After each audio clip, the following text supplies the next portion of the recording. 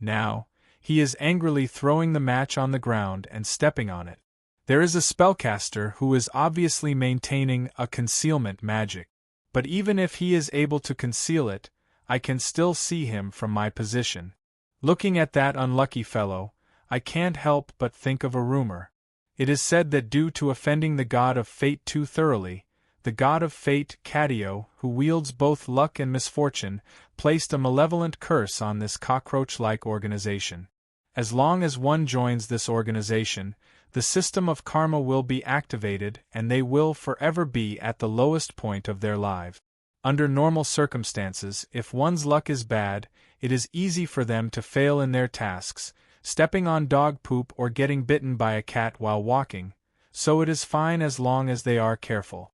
However, if they meet my halo of plague, it should be called the halo of broom now. Those whose luck is worse than mine will cause a series of accidents, and this kind of misfortune becomes fatal. In the end, all misfortune will turn into unlucky opportunities. What are you waiting for? Get rid of this bunch of unlucky fellows. Alright, other than that mage, this bunch of unlucky fellows who came to burn down the church of a true god are just the lowest level pawns, so they are dealt with in an instant. Then, under the furious Beifeng's interrogation, our destination is clear. The temporary station is the royal family's astrology platform? That really suits their identity. But, since they are able to use the royal facilities, there is a certain emperor who is unwilling to lose face just like that. Why don't we reconsider? Considering this point, Diana, who has been getting closer to Renée and the others recently, hesitates. If we were to anger the Ottoman Emperor once more, given that we are currently in the territory of the Ottoman Empire, it is one thing for us to escape, but the envoy from the Donlon Principality will be implicated as well. This should be his way of probing us. If we were to cower and show our fear, he would only become more vicious in the future. Since he is playing according to the rules of the shadows, naturally we have to follow suit. If he stretches out his hand, we will chop off his hand. If he stretches out his claws, we will chop off his claws.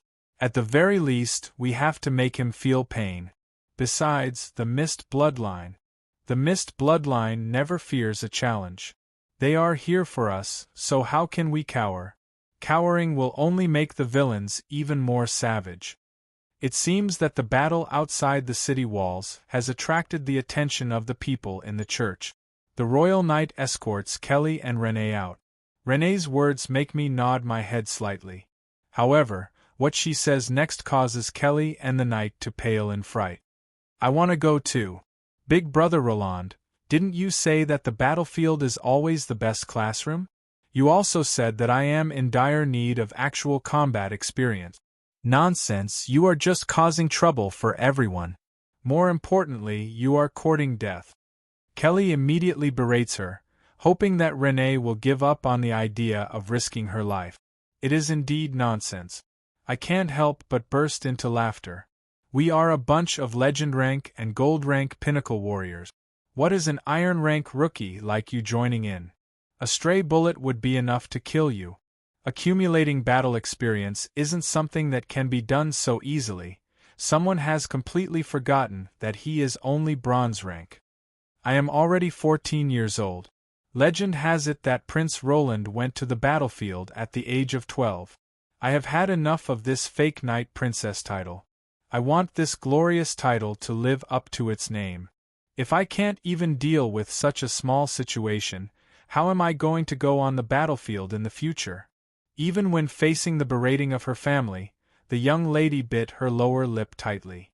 Although she didn't say a word, her face was filled with stubbornness. It is obvious that she isn't willing to give up just like that. I look over. Renée's legs are still trembling slightly. However, the Roland sacred sword by her waist is emitting a dazzling silver light, as though it is acknowledging her choice. The Roland sacred sword is the sword of the legendary Saint Knight Prince Roland.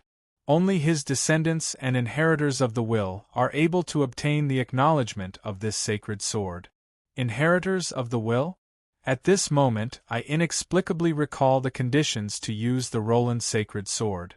I recall that 300 years ago, it was because of my father's death in battle that Cavendish and I were allowed to go to the battlefield. Recalling that the past of the girl in front of me is shockingly similar to mine, I smile. Inheritors of the will? Alright, keep up, don't fall behind. Kelly, just like back then, some people are fated to be unable to be nurtured in a greenhouse. However, Bayfong, protect her well. If anything were to happen to her, your cloak will be gone. Ignoring the beast tamer who was overjoyed by my words, I also apologized to the worried Kelly in my heart and took the lead to lead the way. Damned leftovers, let's settle the interest of the past first. Once again, the system jumps out and furiously rewards its existence. Special quest. The inheritance of the will of the legendary Saint Knight Roland has been triggered. During the completion of the epic tier quest, Revival of the Mist, 1/3 of the fate points that you obtain from killing enemies will be transferred to the wielder of the sacred sword, Renee. You can use the fate points to strengthen her. System notification. The completion of the special quest is directly related to the completion of your epic tier quest. As long as Renee dies in battle, or she loses the Roland's sacred sword forever, both of the quests will fail. However, after becoming a girl, you can consider becoming a real princess. You will definitely be more powerful than Renee. I definitely won't fail. Before I die, Renee definitely won't die. Alright, my unhesitatingly roar and declaration of protection rouses the morale of the night, but it also causes a certain princess to blush. Chapter 92. Blade Transformation. Following my command, a certain black cat starts to change its form. The metal slime follows the template and transforms its body. A few seconds later, a jet-black two-handed sword appears in front of me. It is an unusually simple military-made weapon without any fancy carvings or decorations. It is so simple that it looks like a shoddy weapon that the city guards use. The blade is full of cuts, as though it could break at any moment. However, it exudes an indescribable killing intent, as though it is a veteran that has returned from 100 battles. Pale Justice, fake, two-handed sword. Requirement: Strength 12+. Attack power, 5 to 15. Rarity, excellent. Special effect: None man-made magic sword. This sword is the incarnation of the familiar Harloise. Although she doesn't feel any pain in this state and isn't afraid of being torn apart, it is best not to use it against a weapon that is 2 grades higher than you. Also, treat her a little better. Otherwise, if she suddenly disintegrates when you are hacking at her elemental control, beginner increases all elemental magic damage by 25%. The blade deals 5 points of designated elemental damage, current attribute. Ice. I have already found the blade of Pale Justice. However, due to some reason, I am temporarily unable to retrieve it. This sword is a replica made by Harloise based on the original. The only special effect is the magic amplification effect from Harloise's soul. Rather than calling it a magic sword, it would be more appropriate to call it a magic wand. Furthermore, it is a rare item that can amplify all magic spells and effects. To be honest, this replica is an insult to Harloise's identity as the Queen of Banshees. However, with the Pale Justice Soul Gem, it is completely different. Following the insertion of the Soul Gem, a pale holy light streaks across the entire blade. The pitch-black magic sword turns into a silver holy sword. Pale Justice, fake, attack power, 15 to 20. Grade: Epic, low tier, two-handed sword. Requirement: Strength 12+. Holy Knight Job man-made holy sword. This sword is the incarnation of the familiar Harloise, an epic tier holy sword. As long as it doesn't come into contact with a semi-god equipment, you can slash it however you like. However, due to accepting a soul gem that doesn't match its attributes, the blade is currently in a state of collapse. It will disintegrate in 29.99 seconds, 50 minutes. Elemental Control. Middle tier increases all elemental magic damage by 35%. The blade deals 15 points of designated elemental damage, current attribute. Ice. A high holy flame. Inflicts 20 silver flame damage on chaos creatures, 5 silver flame damage on normal life forms. High tier courage. Immune to all fear-type spells and talents below the 9th circle. The user will always be in a state of high morale. Advanced protection against evil. Damage dealt by chaos creatures to the user will be reduced by 10 holy flame, courage, and protection against evil. These were the attributes of a typical holy sword. It was also the effect of Holy Knight Kane's Holy Soul. It might not be very effective against ordinary people, as the upper limit of the Roland Holy Sword's damage was just barely reaching the lower limit of the Roland Holy Sword. However, against chaos creatures such as demons and undead, it was at least comparable to a legendary tier god weapon. Of course, other than natural chaos creatures, just like the sinners judged by incantation of law, judgment, the users of the power of chaos found by the Holy Knight, detect evil, would also be viewed as a chaos creature by the Holy Sword. This includes elementalists who were wronged, demon warlocks who were slightly wronged, necromancers and evil mages who weren't wronged at all, witches and witches. Throughout history, the archmages and the churches of the gods have been in a state of conflict for a long period of time. The hunting of witches and witches has been going on for centuries. The Holy Knight, whose willpower is able to turn into magic resistance, naturally has high magic resistance. Furthermore, it has a special class advancement similar to the Mage Killer, so it is understandable that it doesn't have a good relationship with the mages. At this moment, I can't help but rejoice at the deep-seated hatred this sword has for chaos creatures. The moment we step into the hall of the Royal Astrology platform, the mages immediately focus their attacks on Diana and me, who are charging at the very front. Since we are going to challenge the Celestial Tower, which is dominated by mages, naturally, the Holy Knight will act as a meat shield. For the mages, when they encounter a Holy Knight who has high magic resistance but short legs, the first step in their battle strategy is to maintain their distance before summoning cannon fodder to block the opponent.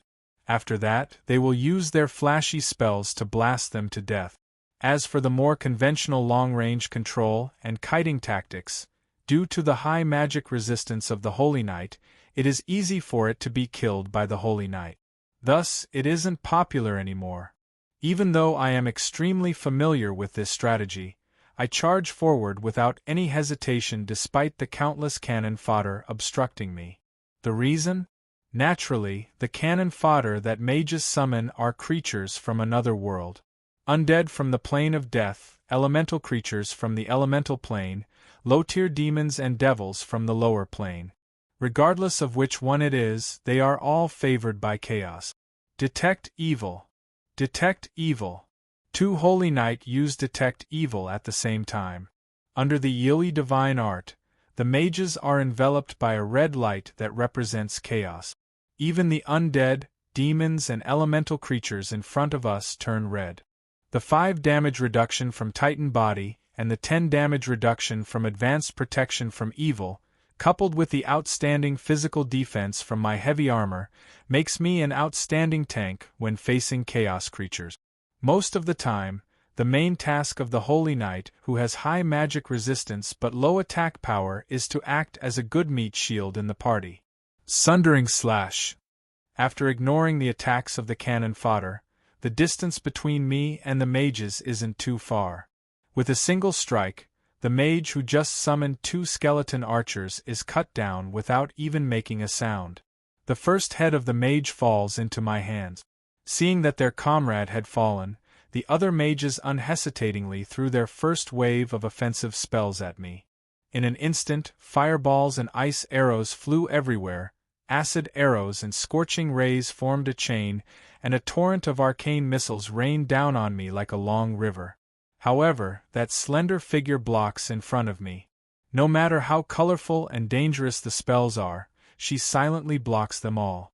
Is she dead? When the mist of ice and smoke from the flames dissipates, the brown-skinned elf knight is shockingly unscathed. She has already rushed to the stairs leading to the second floor. Along the way, a bunch of mages are lying on the ground. Fortunately, the Dark Elves' holy knight is from Sulphur Mountain. Otherwise, it would be too much of a bully for mages. Before they fell, the Dark Elves were once the upper nobility of the great elf kingdom. The Light Elves are at least of the bronze bloodline. Their physical attributes aren't much stronger than those of humans who are close to white. In terms of strength and stamina, which is an important indicator of a warrior, they are even slightly inferior. However, no one dares to say that they aren't worthy of being called a bronze race. The reason is because of their racial talent. Magic-resistant skin, this racial talent that all Dark Elves possess. In reality, it is terrifyingly strong. Based on the rank of the wielder, it will reduce the effects of magic and damage dealt. The effect of this reduction is extremely strong, and it even greatly reduces the effects of the spells of Drool, witches, warlocks and others, including Holy Light. The only thing that it can't reduce is the divine arts of priests that carry divine power. This is also the reason why the number one person in the Dark Elf Society is a Rose Priest. Under most circumstances, only males with low social status would choose to become a mage. Even the Barbarian of the Elves, the chief of martial arts, has a higher social status than an Archmage. A legend-ranked Holy Knight with ridiculously high magic resistance plus magic resistance skin plus magic resistance Holy Sword, Silver Avenger, which is most likely equipped with protection against evil. When the hall on the first floor is filled with low-rank acolytes who don't have any high circle spells, this is equivalent to using an egg to repel a train. I can already see the ending. Sundering Evil Slash. Simple and unadorned swordsmanship, one slash at a time, reaping the heads of the enemies with abnormal stability. I still have to be careful to avoid those magic spells and Drool, who transforms into a bear or a werewolf. Diana has already charged back and forth a few times. Judging from her stunned expression, she is also surprised by the weakness of the enemy. At the start, when she saw so many mages, she was shocked. In the past, even when facing against those mages who are the bane of their existence, the endless trickery and tricks of their opponents caused all of the Dark Elves to suffer. To be able to kill one or even two or three with a single slash seems a little unreal. This is the surface. You can't expect every mage to be at the level of Lich Roland. In human society, a legend is at least a boss of a region. It is indeed embarrassing to use your full strength to bully a rookie. However, Diana, who grew up in the underground city, doesn't have the so-called dignity of the strong.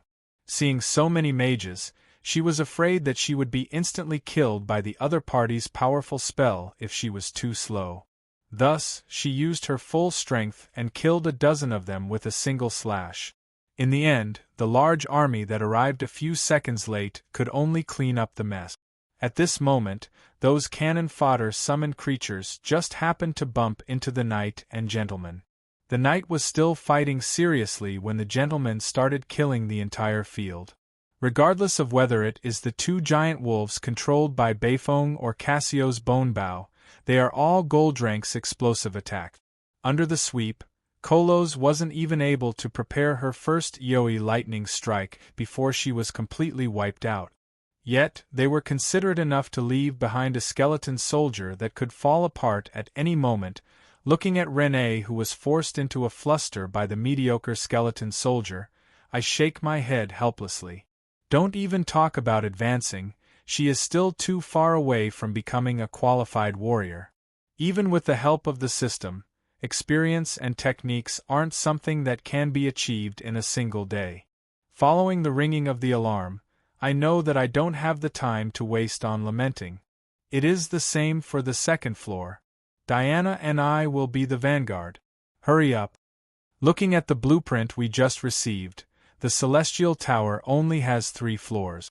The first floor is used to store books, materials, daily necessities and the hall to display the exhibit. The second floor is the living quarters of the staff, and the third floor is used to store all kinds of large-scale stargazing equipment. The opponents we are looking for, the upper echelons of the Celestial Tower, are most likely on the second floor. This time, the moment we reached the second floor, we met with trouble.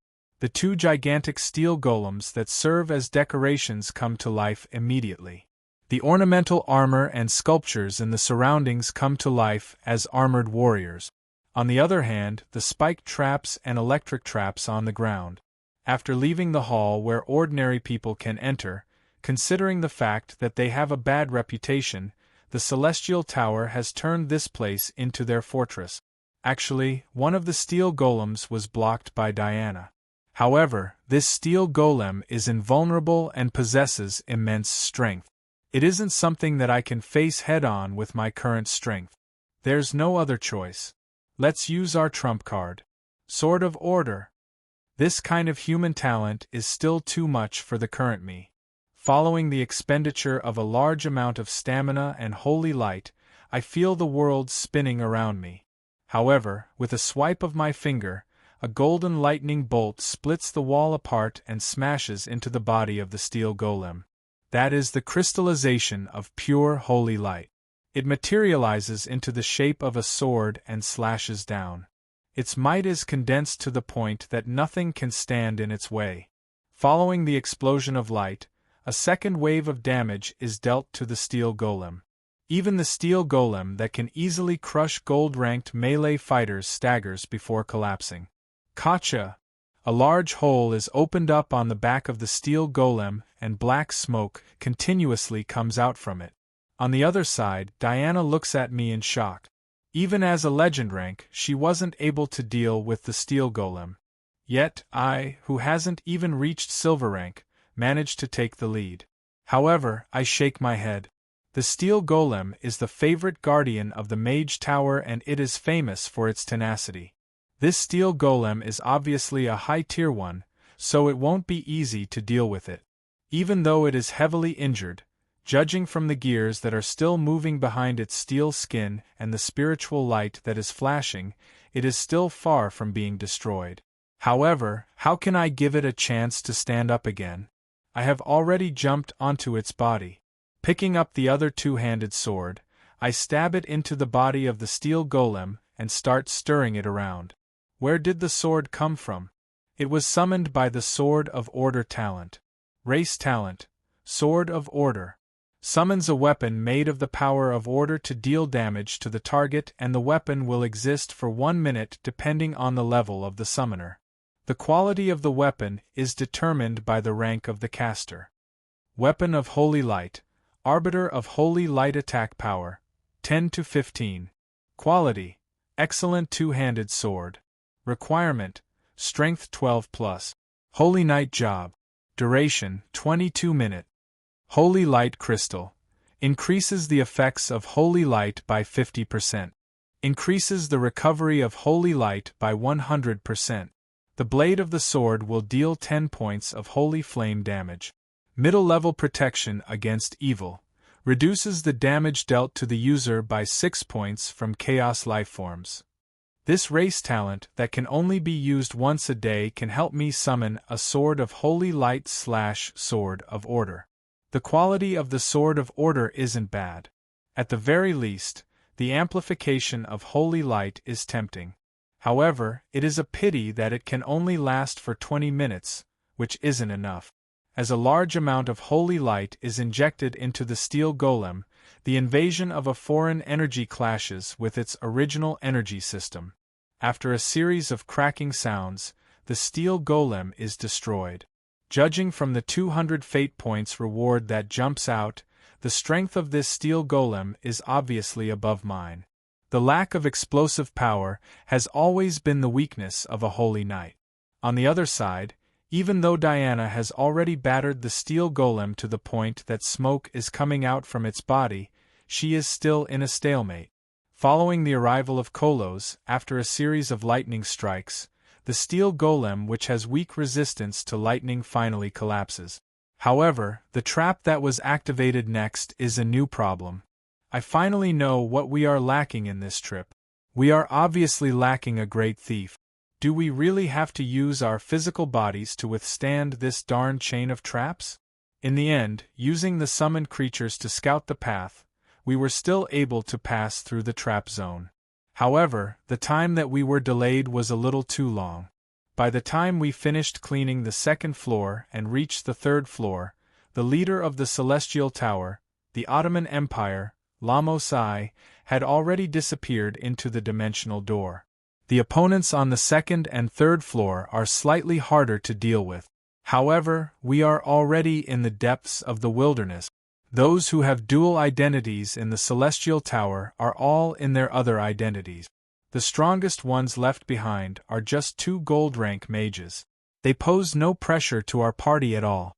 When I clean up the battlefield and count the losses of the opponents, I realize that the harvest is better than what I expected.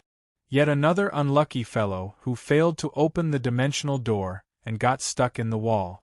This dimensional door that even rookie mages only have a 1% failure rate in, and I actually saw more than 10 high-rank mages successively fall into it. Looks like the matter of the Celestial Tower being cursed by the god of fate is true. At the same time, I, who should have been furious over the escape of the opponents, fell into an indescribable joy because of a piece of intelligence that I just picked up.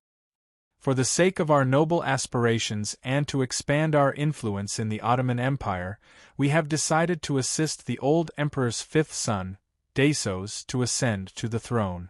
In order to prevent him from burning the bridge after crossing the river, we have left behind evidence of him killing his father and brother. That is, what is surprising is that Dasos actually didn't kill his father. I don't think that he would be soft-hearted, so there must be some secret behind it. As expected, after helping Dasos to attack the envoy of the Swallow Federation, we unexpectedly found out about the ultimate secret of the Ottoman Empire. Perhaps we can use this as a bargaining chip to extort more from him. Killing his father and brother. He really is an ambitious and ruthless person. This is the intelligence that I wanted. Dasos, perhaps we can have a good talk. Perhaps it is time for a good talk. The next morning, the news of the royal astrology platform being destroyed by fire spreads across the entire city. The spies of the royal family swiftly send the news to Dasos's desk. Hermit, who was woken up groggily from his sleep, immediately feels energized upon hearing such explosive news. Not intending to suppress them?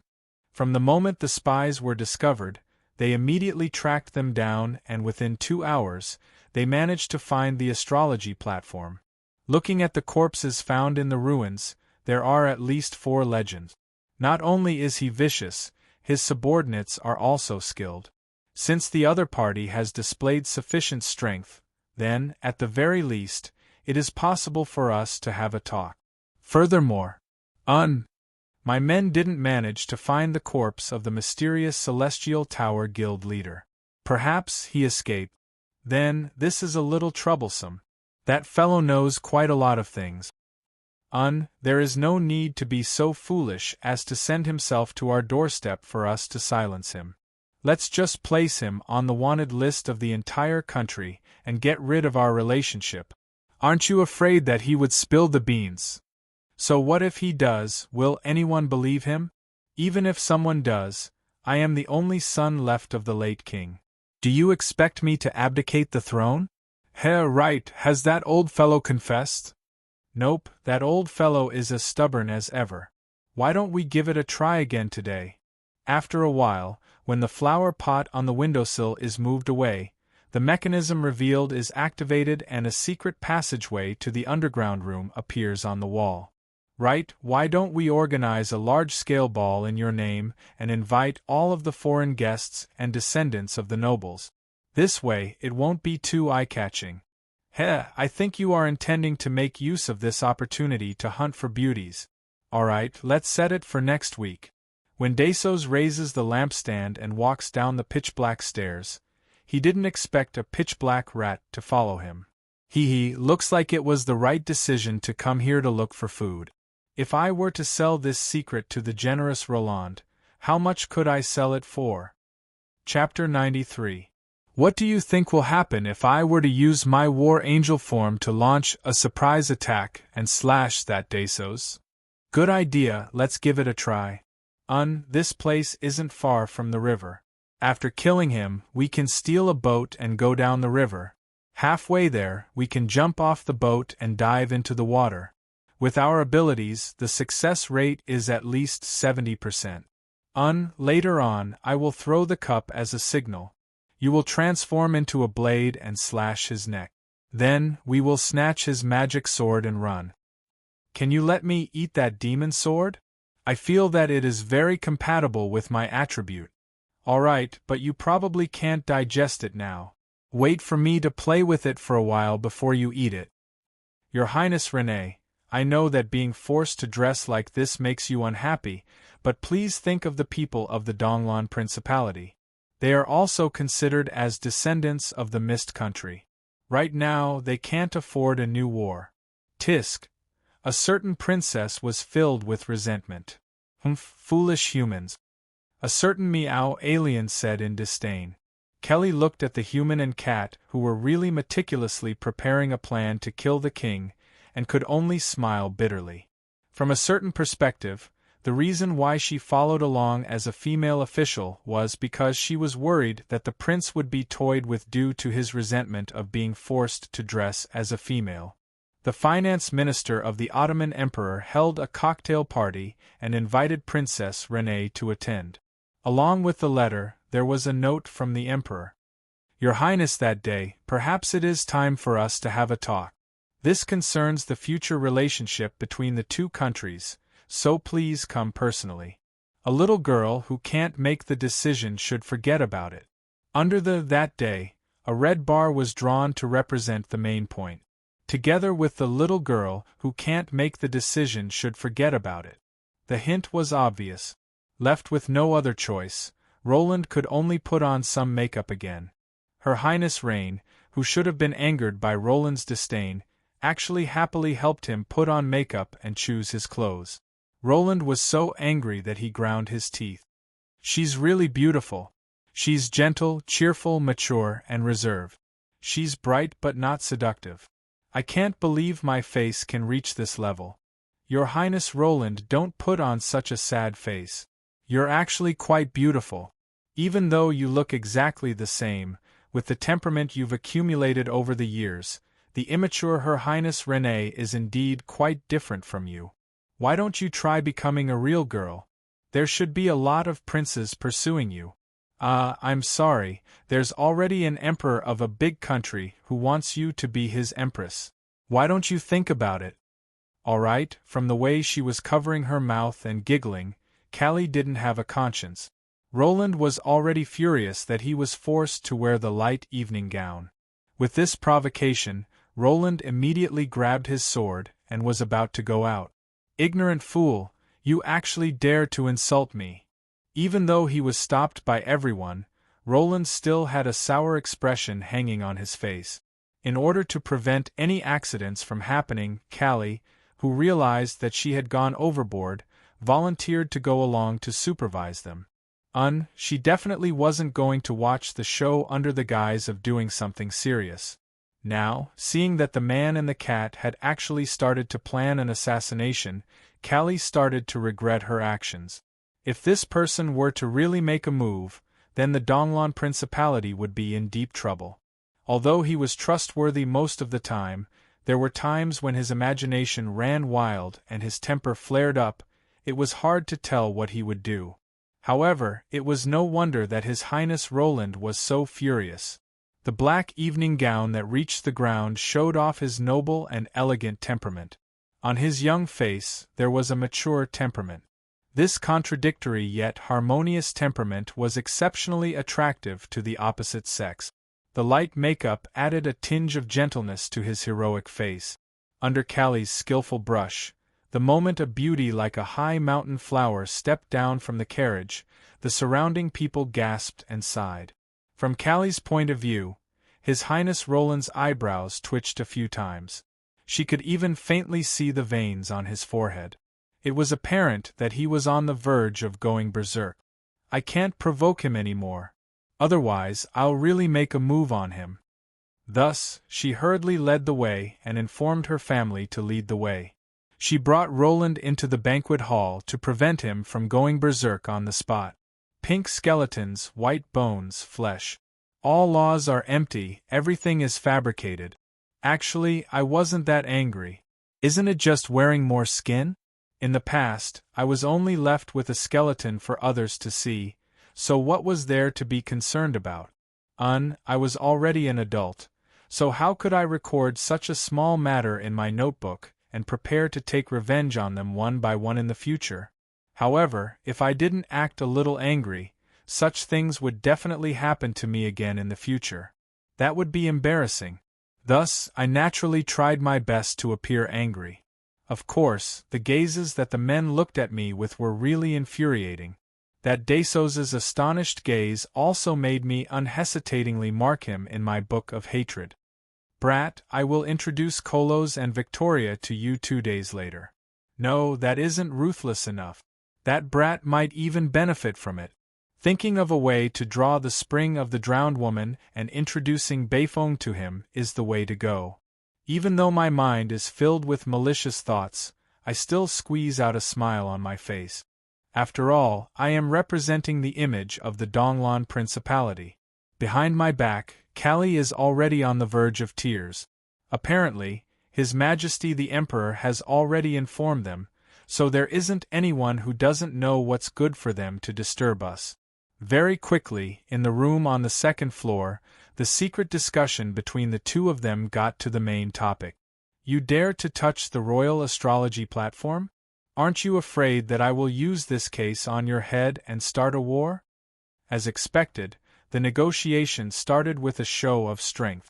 You should be thanking us for helping you get rid of a huge problem. You even dared to use those lunatics from the Celestial Tower. Aren't you afraid of getting yourself into trouble? Right, we found some things from there that you might be interested in. For example, the case of the attack on the Swallow Federation. The Swallow Federation is one of the strongest countries in the world. The case of the envoy being attacked shocked the entire world. However, the true reason was because the Swallow people interfered in the fight for the throne of the Ottoman Empire. The man in front of me sent assassins to get rid of the envoy, and even pinned the blame of the lack of security on the other party. It seems that he had already planned for my threat. Dasos shrugs his shoulders with a look of nonchalance. It is all in the past. If it was a year ago, I would still be a little worried. But now, you should know how meaningful it is. However, let's forget about the matter regarding the astrology platform. Let's talk about the future. Alright, let's pretend that the matter regarding the vassal state never happened. We will return to our homes. That is impossible. The reputation of the Ottoman Empire will be swept to the ground. We would rather go to war. The advantage of having a private discussion is that we can get rid of the superfluous diplomatic rhetoric and get straight to the main topic. Just like what I said before, a negotiation is just two parties exchanging chips to test each other's bottom line before coming to a compromise. The final outcome is determined by the chips of both parties and the situation. It can be said that the outcome of a negotiation can be determined before the negotiation even starts. Originally, with the absolute advantage of strength, the Donglan Principality and I would be at a disadvantage in this negotiation. After all, as long as the other party threatens war, no matter how fearless we are, we would still have to give in due to our fear of war. Thinking of a certain Western lord. That is exactly what Dasos did. From the very start of the negotiation, he threatened war.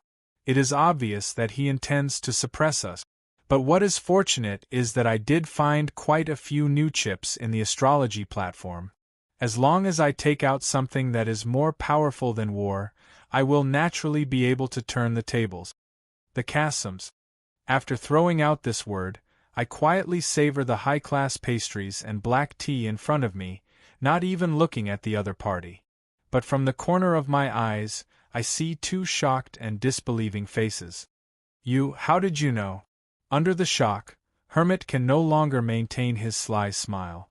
On the other hand, Dasos doesn't say a word. But from his action of caressing the magic sword at his waist, he is subconsciously considering the possibility of silencing me. Kasums is the name of a ship, but it isn't an ordinary ship.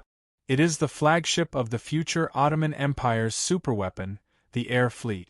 Currently, it should still be under construction in a secret base under the river that has been hollowed out. Other than their regular military strength, every superpower empire has their own trump card. The Colossus army of the Swolo Federation can disregard city walls. The Bardi Empire is said to be able to summon a giant dragon to assist them. The cursed army of the Shilua Empire is filled with all kinds of abnormal war monsters. The sea god guards of the Kasola Kingdom is said to be able to cause tsunamis on the continent. The Beastman Behemoth War Beast is said to be able to wrestle with a dragon. One of the reasons why the Ottoman Empire is unable to enter the Superpower Club is because of the lack of strategic weapons. Thus, the successive emperors have been investing in this aspect regardless of the returns. After messing up countless times, their final goal is the air fleet that can soar in the sky. As for the air fleet, from the technical theory to the construction of a base under the river, it has already taken the Ottoman Empire more than 200 years and more than half of the treasury of 4 to 5 generations of emperors. If the strategy guide didn't remember wrongly, they will only make their debut in the war with the underground world 15 years later. The moment they appeared, they destroyed more than 10 underground armies, shocking the entire world. But calculating the time, the construction should be nearing completion. In fact, the reason why the capital was moved to this Jiangqing hundreds of years ago was so that it would be convenient for Kajisi City to build the underwater base. This kind of national treasure is definitely under the direct control of the emperor. But Dasos didn't inherit the throne through normal means. He wasn't even the crown prince in the past, so he didn't have the chance to know this secret. After he ascended to the throne, he was pleasantly surprised to find out that his country actually had this secret weapon. A difficult situation that no one could laugh at was placed in front of him. He had the treasury, but he couldn't enter. The key to the underwater base had been thrown away by the original crown prince, Milos. However, Milos had been killed by Darsos. Without the key, no one could enter or leave. Looking at the time, the people inside should have starved to death by now since no food had been sent in for a long time. This isn't a civilized society with human rights.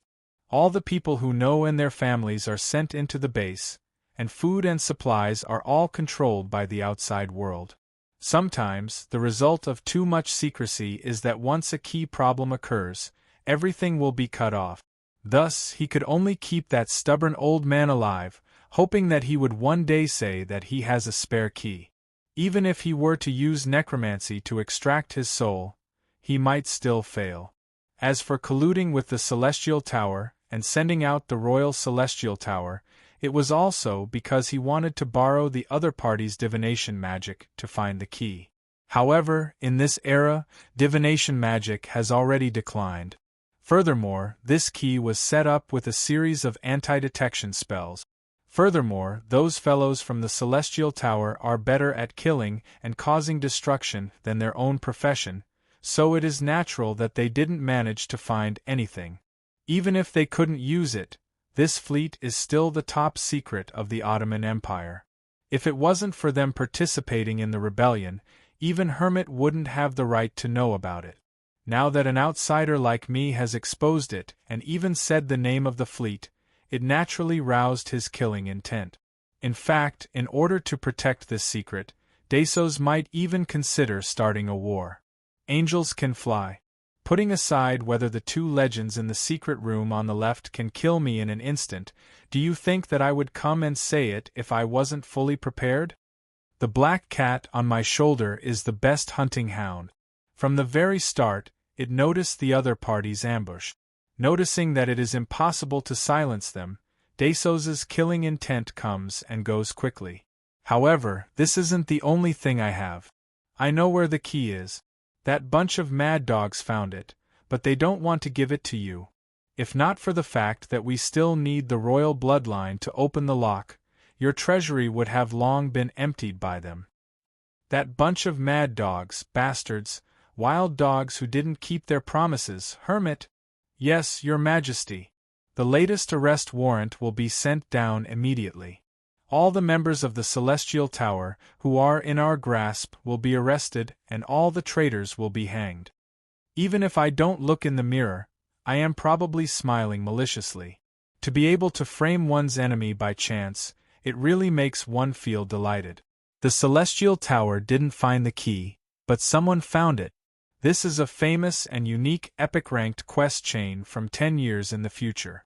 It starts from a player who was lucky enough to pick up an old backpack from an ancient well. The final ending is the revival of the invincible fleet of the Ottoman Empire. The walkthrough for this isn't very clear, but the old well itself is a huge hint. This might be a huge secret to others. However, when Beifong told me that the new emperor is interrogating the old emperor for the key to the fleet, all that is left is to look for the walkthrough to find the location. After 3 nights of searching, I found the key in the 26th dried-up well. If we were to open the gate now, there might be a few engineers and archmages who could survive.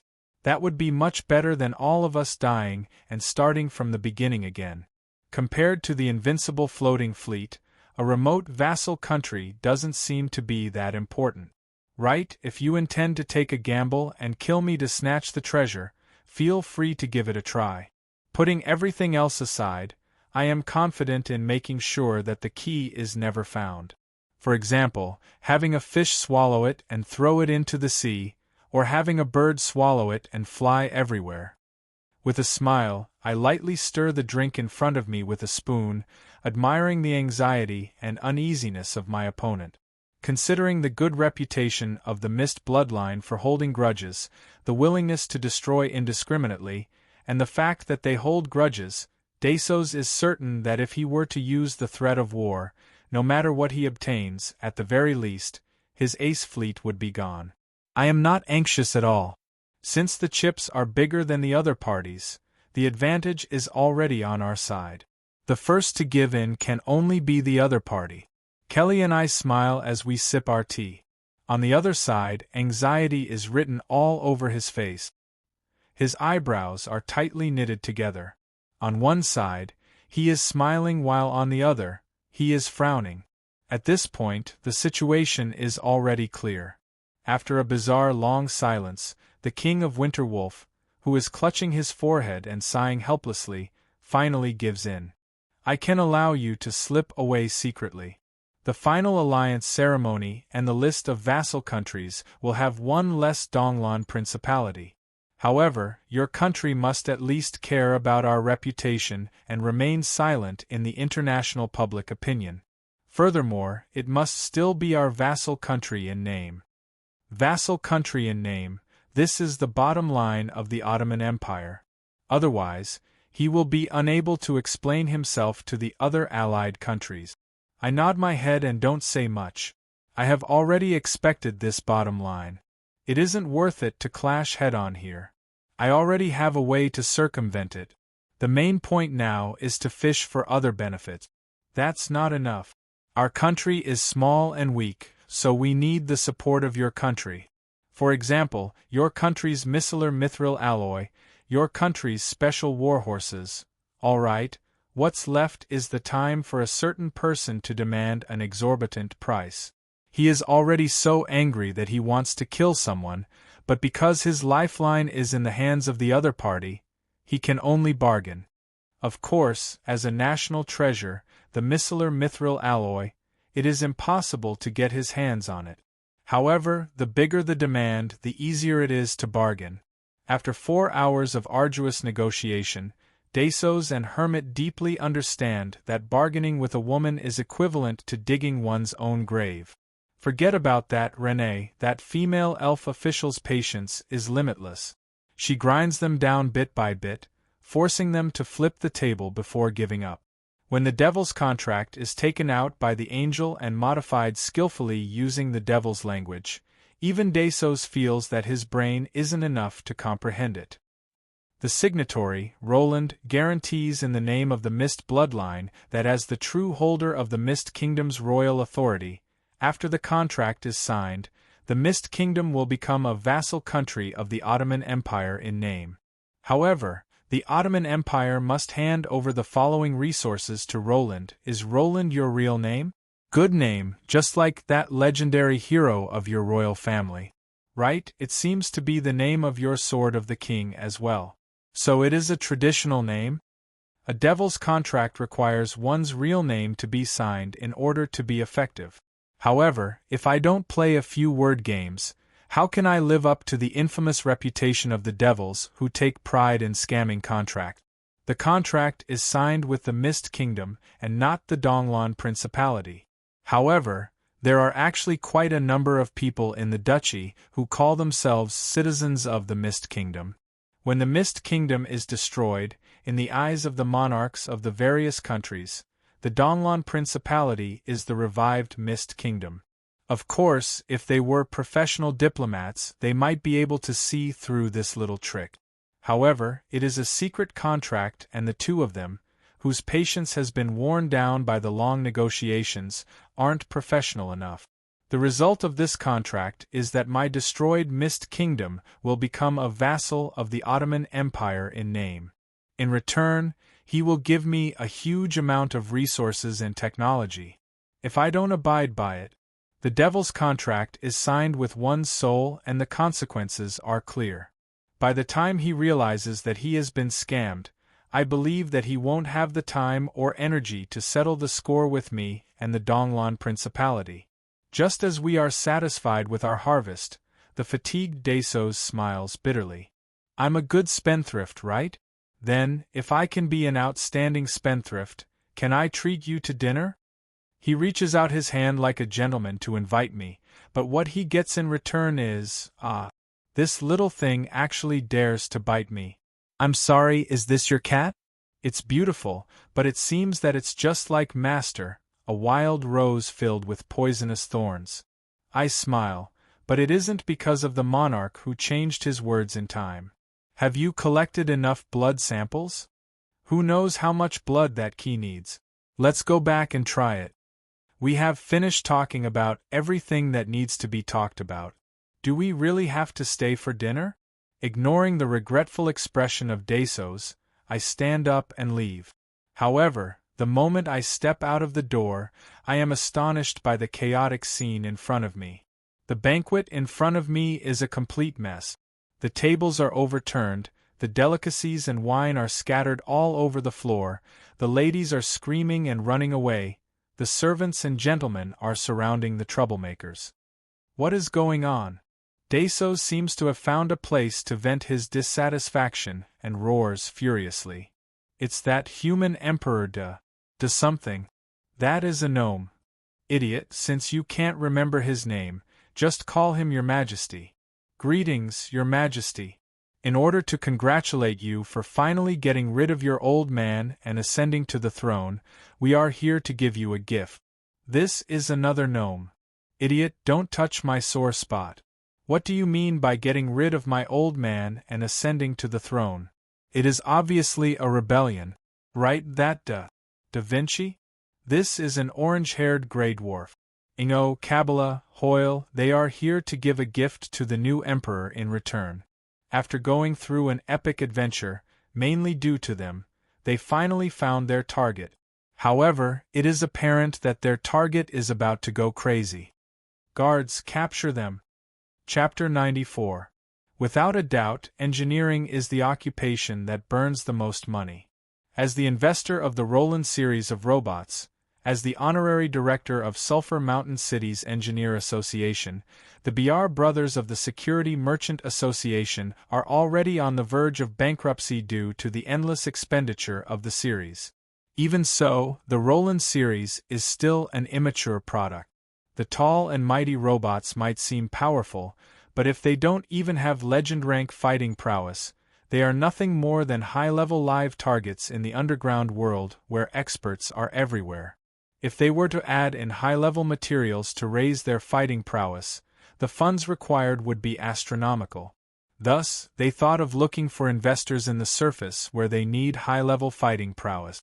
The Roland robots that they brought to the surface aren't the newest products of the Roland system. The technology used is second-hand goods that were discounted. However, in the surface world, it is filled with the smell of new technology.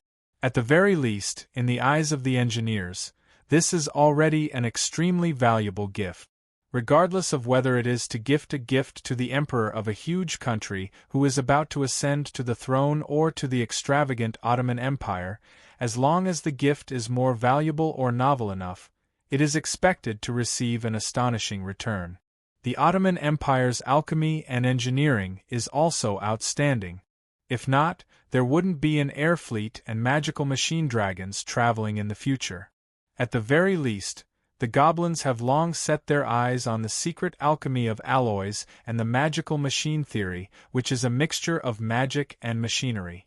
Their intention is to exchange for technology and resources.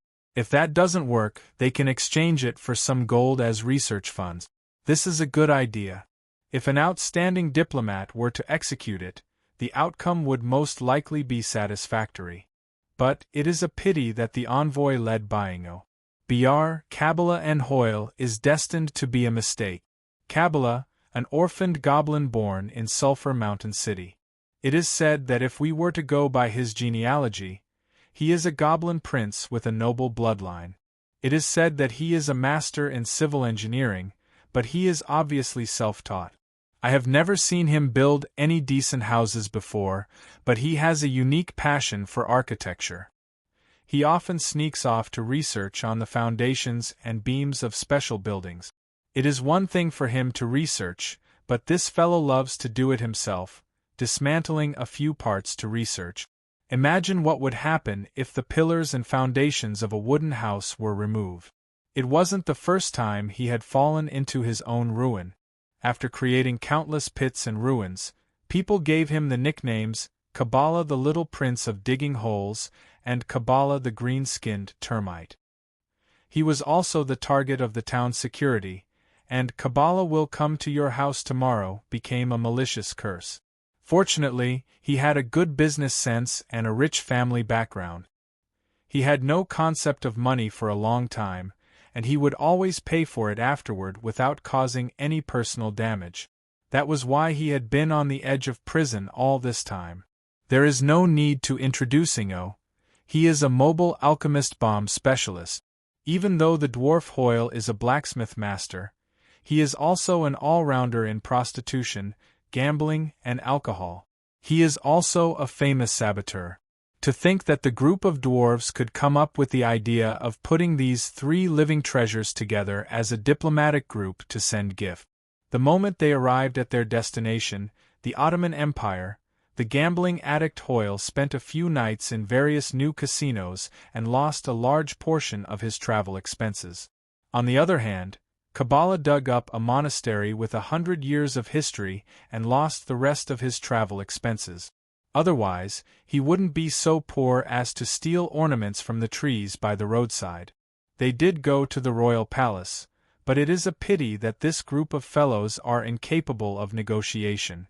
Overthinking things, they insisted on meeting the emperor before they were willing to hand over their gift.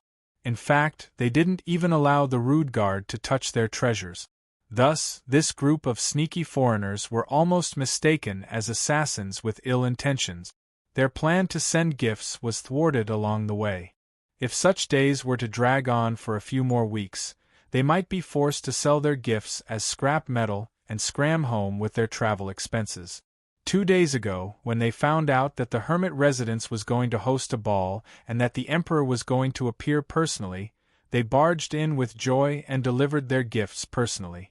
However, as they didn't receive an invitation, they were obviously foreigners. Naturally, the guards wouldn't allow them to enter. In the end, the three dwarves fought against the entire hermit residence's guards.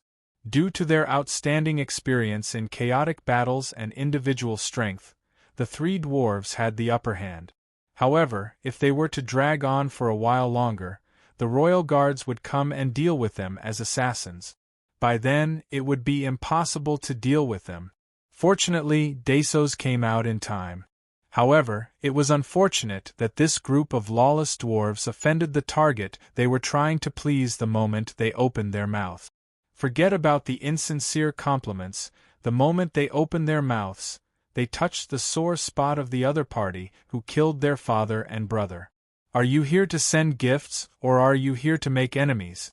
Shaking my head, looking at the furious Dasos, I knew that if I didn't do anything about it, he would definitely go all out and execute the three of them to vent his anger. That wasn't something I wanted to see. Your Majesty, since they are here to send gifts, at the very least, let them present their gift. At the very least, it would show off your magnanimity as the ruler of a large country. As though they didn't want to embarrass themselves in front of me, my persuasion with a smile seemed to have worked. Taking in 2 deep breaths, suppressing his emotions that were about to explode, Dasos nodded his head. Since Miss Renee has pleaded for you, I will give you a chance. Guests from a different tribe, state your identity and show your sincerity. After a discussion, the 3 dwarves actually started to use the lines that they had prepared beforehand. Since you have asked with sincerity, then we will be merciful and tell you. For, enough. Speak clearly in 10 seconds, otherwise, I will tie you to a stone anchor and throw you into the river. I was intending to listen to them changing the lines that I wrote recently, but apparently, Dasos didn't have the patience. The Emperor's angry roar made everyone in the room lower their heads and tremble. We come from the Sulphur Mountain City of the underground world. We heard that your Majesty is about to ascend to the throne, so we traveled 1,000 miles to deliver our most precious gift. As expected, threatening his life was effective. The underground world? In the eyes of the human nobles, the legendary underground world is filled with demons and massacres and wars are everywhere. It is completely different from the surface. Hearing that the goblin and grey dwarf came from the underground world, the faces of the nobles were filled with shock and disbelief. A flurry of discussion broke out. Cough, then let me see what kind of precious gift it is. Without a doubt, judging from the slightly raised eyebrows and the smile on the corner of his mouth, the residents of the underground world came from thousands of miles away to congratulate him on his ascension to the throne. This made Dasos feel that he was very proud. I heaved a sigh of relief. The creativity of this congratulation from 1,000 miles away is not bad. As long as nothing goes wrong, even if the gift isn't anything special, Dasos would still pretend to be satisfied. Most probably, he would reward them handsomely and it would become a good story. Look, this is number 88's 1 miniature robot. It is also our gift to your Majesty. From Kabbalah's bag filled with patches, I took out a tattered robot. It is a worn-out robot that could fall apart at any moment. It is only a meter tall and its entire body is covered in green rust. Clearly, its parts were recycled, and it doesn't have the prestige and fearsomeness of the original. The flustered Ingo didn't explain his words clearly.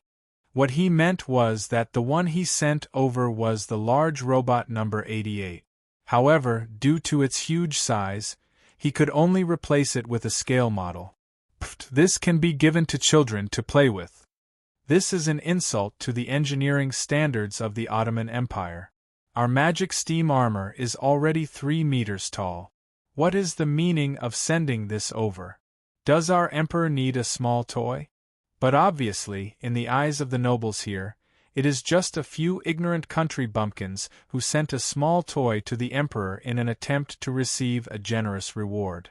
Look, he has a drill, a cannon and a power backpack on his back. The technology is the most advanced in Sulphur Mountain City, and it should be of help to your country's engineering research. I hold my forehead. The misunderstanding hasn't been resolved yet. The more seriously Ingo explains, the more he looks down on the other party's engineering and industrial standards, making me even angrier. ZZZ. Gotcha. Boom. Alright, there's no need to explain anymore. Just like the other safety brand products, under the Goblin's adjustments, this scale model starts to leak electricity, then it starts to sizzle before exploding on its own. Enough. Is this the kind of gift you give to a king? Perhaps you all think that I am foolish for my benevolence. The unsheathed magic sword shines with a blood-red radiance. The Emperor no longer intends to conceal his killing intent. The three of them stare at one another in confusion. Even though the gift is so valuable and number 88 is the crystallization of the underground world's engineering, why does the other party seem to be so angry that he wants to kill them? Finally, Kabbalah comes up with a devious idea. Since you aren't satisfied with this gift, let's find another one at the last minute. Lord, this is our gift. A gem with boundless charm. Audacious. How dare you? Looking at the gift that Kabbalah takes out from the sack, the Ottoman nobles fly into a rage. Those are some familiar gems, and they are even the decorations along the river. To think that these cheap gems of inferior quality that no one would pick up would be gifted to the highest emperor? Damn it, this is even more despicable than stealing a fresh flower from a girl's most beloved garden and using it to make a bouquet to propose to the original owner. I am speechless at how they are courting death. Heh, bickering with you all is a waste of my time. Fortunately, Desos laughs out of anger. In the end, he shakes his head, as though he doesn't want to bicker with these goblins anymore. Bring them away. Forget it, you all can leave by yourselves. Sulphur Mountain City? Isn't that the birthplace of the gods that we have never heard of? Since the citizens there are like that, it seems that even the true gods will have country bumpkins in the future. Say, do you think that the great gods will escape to the mortal world to seek refuge? Perhaps our Ottoman Empire will be blessed by the gods because of this. Obviously, the Emperor's sense of humor sucks. This cold joke that criticizes the true gods makes it even harder for one to laugh. But I have never heard of that god of law. I have heard of it a while ago. Nowadays, quite a number of merchants have chosen to believe in that religion. As expected, it is a church for the lower class. It can be seen from these fellows. Who knows how that unknown fellow became a true god? Perhaps he stepped on dog poop when he went out and somehow ascended to become a god. However, Desos is the emperor. Thus, even if it is a joke that isn't funny, the nobles under him have to try their best to laugh and follow along. However, they aren't dumb. At the very least, they know that they can't call Womian's real name directly. Otherwise, it would attract the attention of the true god, and the god's punishment would be sent down. Enough, you all can insult us, but you must never slander Lord Womian's. You foolish humans. You all can't even compare to his little finger.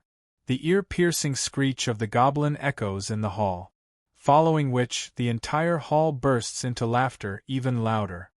You are not allowed to laugh, you are not allowed to laugh. Aingo. Br, forbid you all to laugh.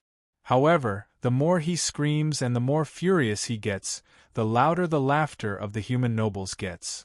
You are not allowed to laugh. Otherwise, I, the almighty country bumpkin god, will punish you all. Seemingly confident in his sense of humor, Desos pinches his throat and imitates it perfectly, causing the laughter to grow louder and louder. It even lifts the ceiling of the hall and spreads to the outside. You? What do you all know, you bunch of short-lived fools? Only when you all turn into ashes will the gaze of the true God turn to you. In front of the gods, you must know how to be humble. How incredible are you, the ruler of the mortals. In the eyes of the gods, you are nothing. All right, the goblin's furious questioning is indeed the truth. However, it has struck the sensitive pride of some people. At least we are able to live a rich and beautiful life. As for that Sulphur Mountain City? If it was really rich, it wouldn't have required you all to use stolen jewels as gift. Such a place is actually the sacred land of the god of law? As expected, only a second-rate place can produce such a country bumpkin god. The moment Desos' angry words come out, the entire hall quiets down. Even he hurriedly covers his mouth. Although he didn't mention his real name and the true gods aren't able to sense it, if this slander were to spread, he and the Ottoman Empire would become the mortal enemies of the Church of the God of Law. Suddenly, the old dwarf, who had been sleepy all this time, smiled. To think that the ruler of the mortal world would dare to slander the gods of the heavens. Initially, based on your courage, I would have toasted you and made a bet with you. However, it is a pity that you found the wrong opponent. Ingo, that brat, has always been full of nonsense, but this time, he isn't wrong. Compared to Lord Womians, even if you are compared to the Lord Womians who is still in the mortal world, you aren't worth as much as his toenails. I have heard of the deeds of that person. Isn't he just a country bumpkin judge who suddenly received the recognition of the Order gods and ascended to become a god? It isn't wrong to say that he was lucky enough to step on dog sh*t. The battle between the authority of royalty and the authority of the gods is endless. Obviously, Dasos has no respect for the god of law. Since he is destined to offend him, what's wrong with offending him a little more? The scene in front of me makes me surprised. If the town security or the judges of the Supreme Court are here to protect my dignity, I wouldn't be surprised at all. However, the bunch of bastards in front of me are perverted gentlemen who have been beaten up by the town security time and time again. Even with my identity as Womians, I have dealt with them several times. It is one thing for them to not bear a grudge against me, but to think that they would actually speak up for me? Perhaps I should go and have my hearing and sight checked. Perhaps people like you are unable to understand, but the underground world is a true hell. It is completely natural for the weak to die. In a world that is lacking in resources, one can even take someone's life for a cup of water. I am an orphan with nothing. For an unlucky fellow like me, dying in a ditch is the most likely outcome.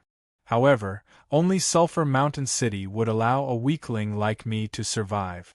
It even gave me a chance to learn architecture and rely on my own two hands to survive.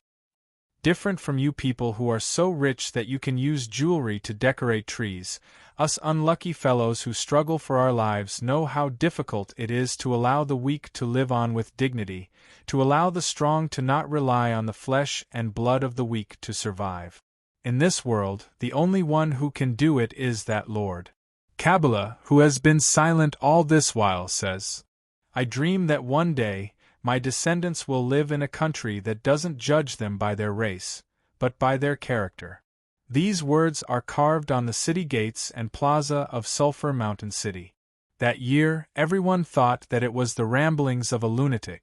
However, that man spent more than 100 years, bit by bit, to eliminate the prejudice against his race and really achieved this dream.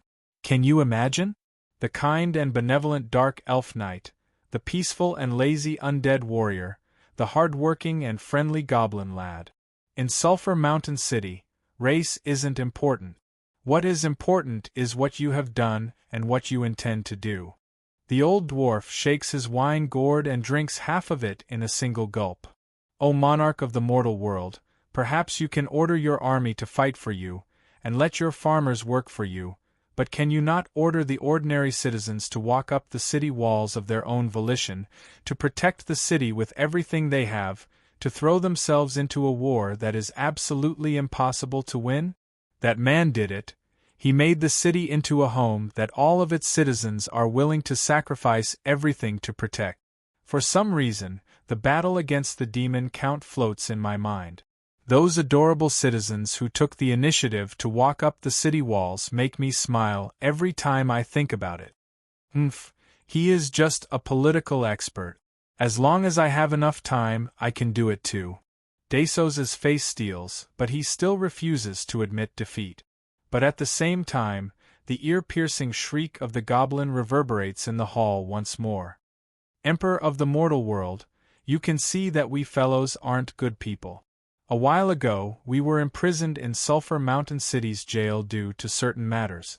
Due to the schemes of certain people, the walls of the jail were pushed down, but we didn't make use of the opportunity to escape. Do you know why? That's because you are cowards. Old Beard and I are both gold rank. Going by the words of you humans, we are transcendental masters. But the ones guarding us are at most a few silver rank. At our level, we can earn a living wherever we go. Why do we have to obediently stay in that city and be bullied by the juniors? The old drunkard laughs. That time, all those who escaped from the jail died. After the incident, it proved that the choice of those who didn't escape was indeed the right one. Those who do evil must be punished. Those who are guilty will eventually be judged, and only judgment can redeem the sinner. This sentence is hung in front of the stone tablet in the prison, but I'm afraid that people like you won't believe it. However, I can tell you that under that man's rule, this naive sentence has become the axiom of that city. The reason why we chose to stay in the jail is because we believe in that man's word. As long as we complete our punishment, as long as we don't touch the bottom line of evil, we can live openly in that city. As long as we commit a crime, we will be punished. As long as we are innocent, we can live openly. A grey dwarf like me isn't welcomed in any of the underground cities, and their gazes towards us are filled with suspicion. But in our city, no one will be prejudiced because of race. Emperor of the mortals, may I ask if you can do it? No matter how I put it, as a king, can you give your subjects a happy home where most of them are willing to give up everything for it? If you can't do it, then you can't even be compared to that person's pinky. Ha, old drunkard, how can we do it? Don't you remember what happened to us along the way? If not for us having some tricks up our sleeves, we would have long been eradicated of evil, and confiscated all our belongings along the way. Oh, that's true. Brother BR, I'm starting to miss home. Perhaps it's time for us to return. What the greatest king in 300 years, rumors really can't be trusted. He doesn't have the breadth of mind to accommodate others, doesn't have the wisdom to understand others, and is filled with jealousy and prejudice. I think this country will fall in his hands sooner or later. Emperor of the mortals, I know that you pray for immortality because you short-lived emperors are all like that. But I'm afraid that even if you really become immortal, you will just be a zombie that yearns for the mortal world. You will never be able to compare to that man who sacrificed everything to transform the world with the incarnation of law. Such a despicable human actually dares to mock the gods in heaven, mock the incarnation of justice. Should I say that the ignorant are fearless? Or should I say that the shameless are invincible? After which, the three of them carry the gunny sack and intend to leave. But this time, they aren't able to leave. Under a certain person's signal, the two legends who were lying in ambush in the secret room are already blocking their way. Insulting the emperor in front of him is a crime of disrespect. Lock him up in the dungeon. Let's see if that incarnation of justice of yours will come to save you. Looking at Desos's steely face, I know that it's useless to say anything at this moment. Sigh. I have to check up on the information again. Where is the royal dungeon? You are really finding trouble for me. Even though I say so, for some reason, my mood becomes much better. Chapter 95. A wise man becomes a fool, a fish that is most easily hooked. Because he relies on his vast knowledge, he is unable to see his own arrogance. The foolishness of a fool is nothing special, but the foolishness of a wise man is laughable, because he uses all his skills to prove his own foolishness. In a foolish country there is a wise king. He thinks that he is nobler and greater than the gods. Oh, my brother, please don't say that. That dignified king, he is waving his unparalleled scepter, intending to ascend to the unparalleled throne. If you criticize him, be careful that he raises his maggot-covered scepter and beat you up. Insignificant king, are you not even allowed to speak the truth? That arrogant declaration, that arrogant words that treat the god of law as a country bumpkin, provokes the laughter of the gods in the sky.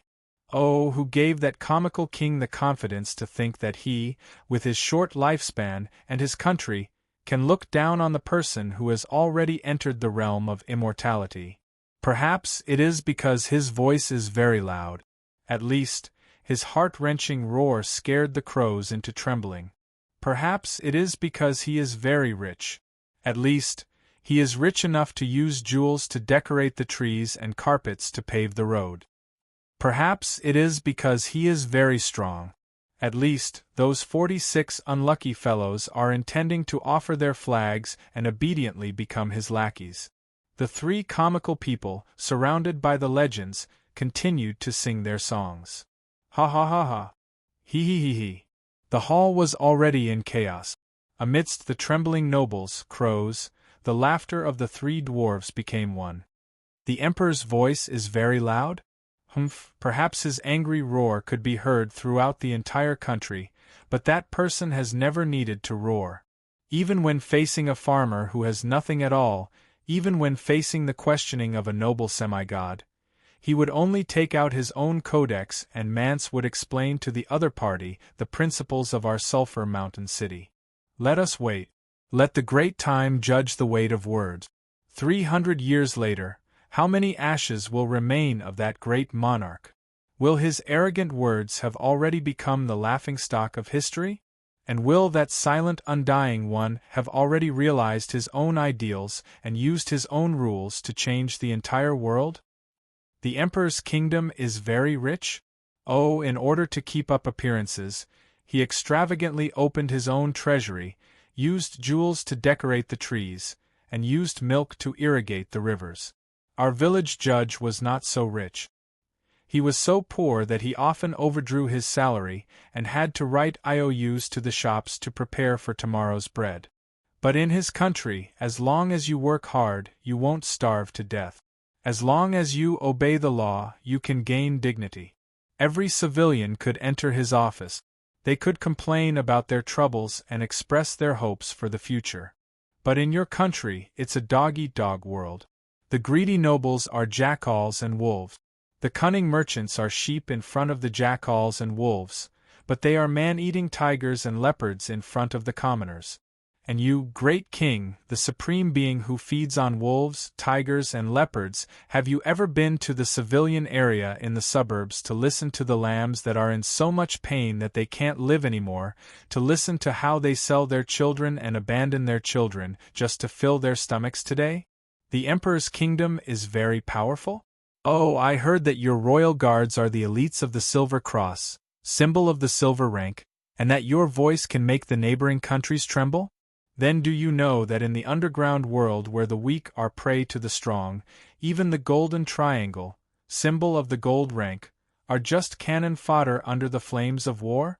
Do you know that we have just annihilated the demon count and his army that are comparable to a true god? We have also exiled the dragon queen that leads countless evil dragons. The beast king that has over 10,000 golden triangle guards has also been beheaded. We don't have the so-called noble nobles that protect our territory and subjects because our territory doesn't belong to anyone. Our city doesn't have an army, and as long as the shadow of war approaches our final home, every one of us is a brave warrior who is willing to risk everything. We have many enemies, but we have even more trustworthy friends.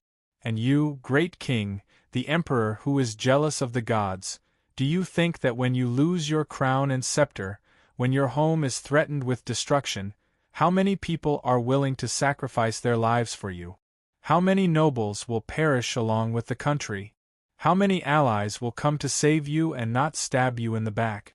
The young emperor who raises the scepter of corruption, you think that you are a dignified king, but in reality, you are just a clown who is trying to please the crowd. The unjust who murdered your father and brothers, you think that you can look down on that person, but regardless of character or the meaning of your existence, you can't even compare to that person's little finger. The foolish king who is jealous of the true gods, you think that you are rich because you are strong, but in reality, you don't even know what true strength is. In front of that lord, in front of true strength, please remain humble. You are because you are cool. In reality, you are ugly. You are a joke. All right, in the midst of their banter, Dasos's face has turned the color of pig liver. In the end, the three dwarves were all captured by the emperor's personal guards. Perhaps it should be said that they realized that they were no match for the emperor, so they unhesitatingly raised their hands to surrender. but someone perceptively sensed that this matter was far from over. Hoyle and the others didn't care about the country's situation, and they were bastards who were full of problems. But they knew who gave the citizens of Sulphur Mountain City a good life. So, even if you were a supreme ruler, as long as you insulted the benefactor in their hearts, they would still dare to scold you harshly. The human king who mocked the true gods, the dwarf gnomes and grey dwarves who mocked the king, in the eyes of the bystanders, especially in my eyes, this was a scene destined to be recorded in the annals of history. As expected, 2 days later, the situation had changed. The nonsense of the three dwarves has been turned into a comical bar tune. Now, many of the middle and lower class taverns and teahouses are singing it. It has already spread, and I'm afraid that it will be impossible to stop it. The general trend of history was indeed unstoppable, but the so-called general trend was formed by countless people and events. In the open and covert struggles of the country, the three of them were insignificant figures who weren't worth mentioning. But, more often than not, it was these insignificant figures who did shocking things. There's definitely a mastermind behind this. Most of the lyrics are taken from the original words of those gnomes, and they've been edited and edited. The artistic level is extremely high. Our music masters and dramatists all say that this is probably the work of a master. They even say that perhaps this will become a masterpiece. Bishop Kolos of the God of Law has already sent an official note, requesting us to release the hostages as soon as possible and explain our disrespect towards the God of Law. The Church of Holy Lights Noel VI has expressed his dissatisfaction with us through an emergency channel and requested us to explain our disrespect towards the God of Law. What followed was a serious warning and concern from the churches of the 9 true gods. They are demanding an explanation from us. The royal guards have seized the giant robot at the temporary residence of the three fellows. That should be the gift that they intend to send out. According to the preliminary research conducted by the Royal Engineers Association, it is indeed very advanced. Many of its technologies are very helpful to our country's engineering research. But it is a pity that the gnome isn't willing to cooperate at all. I don't know who spread the news, but there are already people privately accusing the Empire of biting the hand that fed them and mocking the Emperor for not being magnanimous. The intelligence organization Midnight Rose has sent out a warning. Those groundless rumors vividly described how you murdered the previous emperor in order to ascend the throne. Of course, this is all slander, but your prestige has indeed been affected because of this. Following the spread of that malicious and sarcastic rumor, there are already people calling the emperor the foolish king who envies the true gods. There are also people spreading rumors that the Ottoman Empire has the ambition to annex other countries. At least 30 of the 46 countries are ready to make a move. They are communicating in private, and it seems like they are plotting something. Bad news was placed on the table one after another. The pen was better than the sword. The young emperor was facing the most dangerous challenge since he ascended the throne. The invisible enemy in the shadows was the alliance of countless hostile forces, making it impossible for him to fight back even if he wanted to. It had to be said that, in a sense, Dasos was indeed a virtuous king. At least under his rule, his subordinates dared to directly complain about the mistakes of the emperor and the various unfavorable situations without fear of being punished. Dasos, you really went a little overboard this time. Everything else doesn't matter, but just because of a verbal dispute, you put the hat of despising the true gods on your head. You have incurred the hostility of the churches of the gods. You are really too stupid. As Dasos's close friend and brother, only Hermit dared to speak ill of the emperor to his face. But at this moment, Dasos's face was full of regret. Thinking back, it was indeed not his usual cautious way of doing things. As expected, staying away from women is the right thing to do. Beauty is harmful. Now that Dasos thought back, the reason why he was so angry to the point of not choosing his words was more or less because Renée was by his side. being criticized and ridiculed in front of the woman he admired and losing face. Even the most cautious and humble person in the past could easily lose control of his anger and fly into a rage, not to mention the emperor of a country who had just grasped great power. There must be a reason for that contract. After all, it's written in the language of the demons. There's more or less a problem with the language of the lower realm. Language itself was magical. The language of the lower realm would incite negative emotions. The language of blasphemy in truth magic and the language of chaos in divine arts were language magic that used the language of the demons and demons in the lower realm. In contrast, there were alternative divine arts and magic that used the language of the gods and angels in the upper realm, such as the word of virtue and the language of holiness. Desos had stared at that contract for far too long. Unknowingly, negative emotions had already been incited in him. The magic sword itself would cause people to be inclined towards chaos. When he walked out of the room, his emotions were already extremely depressed and uncomfortable. It was only natural that he would lose control after being ridiculed in front of his face. It's too late to say all this. Things have already happened. Now I should think about how to make up for it. If it was just a slip of the tongue, it would be easy to deal with.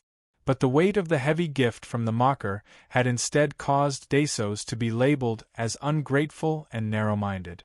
As that strange song spread throughout the entire city, it spread at lightning speed. Before he gained the reputation of being the king of winter wolves, the good name of the foolish king who envies the gods was first given to Desos. And for a feudal ruler, authority and dignity were more important than life itself. Reputation was sometimes equal to power itself. When an emperor lost his dignity and reputation, the major nobles under him would naturally no longer listen to his orders. All of this wasn't a certain person's scheme. But sometimes, the accumulation of accidental factors would be far more fatal than the enemy's schemes. In particular, Desos and the Ottoman Empire weren't completely united. Although his father and older brother had fallen from power, the power they had left behind hadn't been completely uprooted. The major warlords and major nobles of the various territories were even more ambitious. How could they possibly let go of this opportunity to lower the king's authority and dignity without having to take the initiative?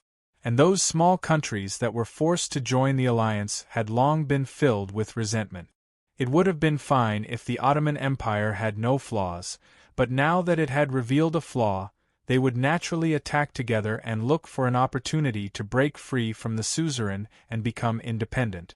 If it had been 3 to 5 years later, when Desos had stabilized his position, all of this wouldn't be a problem. But recently, Desos had been forcefully pressuring the alliance internally and externally, and he was already sitting on the edge of a volcano. Now that he had made a slip of the tongue and revealed a flaw, how could his opponents let it go? Thus, under the concerted efforts of all parties, the pub tunes and rumors spread rapidly, and all sorts of hidden dangers were detonated at the same time. Since we've already made a mistake, then let's go all the way. Lock those 3 into the highest level prison and don't let them see anyone. If they're released, it would instead make us look weak. Reply to Noel VI and be more tactful. Just mention that I've made a slip of the tongue and apologize. As for the Church of the God of Law, we've already thoroughly offended them, so just ignore them. As for the rumors, get the intelligence organization to create more inconceivable rumors to confuse the public. Even in the face of a disadvantageous situation, Desos' expression didn't change as he proposed a series of countermeasures. Although it was a strategy to mend the pen after the sheep had been lost, it was still appropriate. This, Your Majesty, Lord Hermit, I've just received 2 pieces of news. The civil official who suddenly ran in hesitated. It was obvious that it wasn't good news. Say it, what other bad news do you have? I'll take it. I don't know who spread that pub tune into the royal prison, but those goblins have been humming it all day long. Furthermore, those prisoners have also started singing along. They're all mocking me. There are even people who say that because of the incompetence of this generation's ruler, the Ottoman Empire is about to enter a decline. Smack. Even though he knew that these were all superficial mockery from the losers, Desos still couldn't control his uncontrollable emotions. He hammered down with great force, and the expensive red Nanmu desk instantly split into two. The room instantly became silent. After a while, the low voice of the emperor that was suppressing his anger exploded in the room like thunder. I got it. What's next? What other bad news is there? The young civil official replied with a trembling voice. The Donlon Principality has announced that the God of Law will be established as the national religion. That Princess Renée used her own reputation to guarantee the innocence of those three people. She also guaranteed that the gifts they sent out are priceless treasures and that they weren't disrespectful. She requested for us to release them immediately. Boom. Kacha. This time, the expensive desk didn't need to be repaired anymore. After Desos smacked it furiously, not only did the desk crumble, even the floor was smashed open. As expected, women aren't worthy of trust. At the same time, in the river, a figure was diving. Beside him was a black cat that was walking underwater. Is it here? Is the key reacting? Hurry up, we don't have much time left. Chapter 96. In a certain world, if a lawyer specialized in civil disputes, the first thing a lawyer had to learn was how to create traps in the contract and how to avoid the other party's scams, so as to earn more benefits for their employer. The devils of this world were experts in scamming contracts. However, if they were to lie from start to finish, their reputation would be ruined sooner or later, and no one would be foolish enough to sign a contract with you. Thus, with the souls of both parties as a guarantee, as long as one could see through all the traps, the devil's contract was the fairest and most effective contract in the world. It was very popular in the various planes. The lower planes language written on the contract had magic power. Even residents of the main plane who didn't know the devil's language of the lower plane would be able to understand it at a glance. However, if one were to think that the contract was fair just because they could understand it, they would be making a huge mistake. Tens of thousands of years ago, the devils had already studied it as an art. For example, if you were to use a magnifying glass to look at the gorgeous patterns on the contract, you would realize that it was actually a supplementary clause formed by a circle of distorted small words. If you didn't notice it before signing, you could only blame yourself for being unlucky. That long and complicated chapter that people didn't want to read, perhaps the acrostic poem at the beginning of every sentence was the true crux of the contract. You thought that the contract was meant to be read horizontally, but when it was time to carry out the contract, the devils would tell you that you should read it vertically or diagonally. Then, the meaning would be completely different. As for the inverted subject-verb-object, typos, missing words, extra exemptions and other incongruous areas, please don't treat them as accidental mistakes and clerical errors. Those were mostly done intentionally by the scammers. There was definitely a problem within. Thus, for archmages who had been dealing with the lower plane for a long time, the first priority when making a deal with the devils was not to use the original contract provided by the devils. Instead, they insisted on drafting the contract on the spot, even if it was destined to be a marathon battle. Along with the development of time, the hypocritical and cunning human nobles gradually began to use the devil's contract as a guarantee for their souls. Of course, the talent of humans in deceit is definitely not inferior to the devil's. Over the millennia, contract scams have also come up with countless new tricks that even the devil lords would be shocked by. For example, intentionally raising an orphan, giving him the exact same name as a VIP to sign on behalf of him. Even if it was me, I wouldn't dare to use the original contract provided by others, nor would I dare to let the contract leave my sight. As expected, at the negotiation table, Desos didn't hesitate to reject the contract I had proposed. He even invited scholars and law experts from Hermit's residence and requested for a new contract to be drafted on the spot. And so, we fought against each other on the spot. But very quickly, the initiative to construct the contract slowly returned to my hand. After all, the expertise of those scholars and law experts couldn't be compared to mine. Putting aside the fact that the devil's language in the lower plane possessed magic, stirring up negative emotions was the weakest side effect. What was most fatal was the corruption of the devil's language. At the very end, apart from knowledge, it was also a battle of physique and willpower. Furthermore, I intentionally dragged out the time to argue over the terms of the contract. I also intentionally dictated the devil's language to increase the pressure on the other party. When the contract was finally signed, the 3 scholars, who had relaxed their mental state, immediately fainted on the spot. Looks like they wouldn't be able to recover without a year or so of recuperation. In the end, I was very satisfied with the final contract. The efforts of the experts were also seen by the other party. Desos and the others were also very satisfied. At the very least, they should be very satisfied before those loopholes are discovered. Out of all of them, the one that I am most satisfied with is the condition of the 2 countries are not to launch any military threats or acts of war for the next 10 years. Without a doubt, this reassures the Mist Country. If not for this condition, a few days after we exchange our bargaining chips, the weaker side would have to submit to Darsos's threat and the contract would have been for naught. 10 years later? I didn't think that he would have the leisure to cause trouble for the Donglan Principality by then. Besides, as long as the plan went smoothly, who knows who would be the one causing trouble for whom. At the moment, with this secret contract, the Donglan Principality had truly obtained its freedom.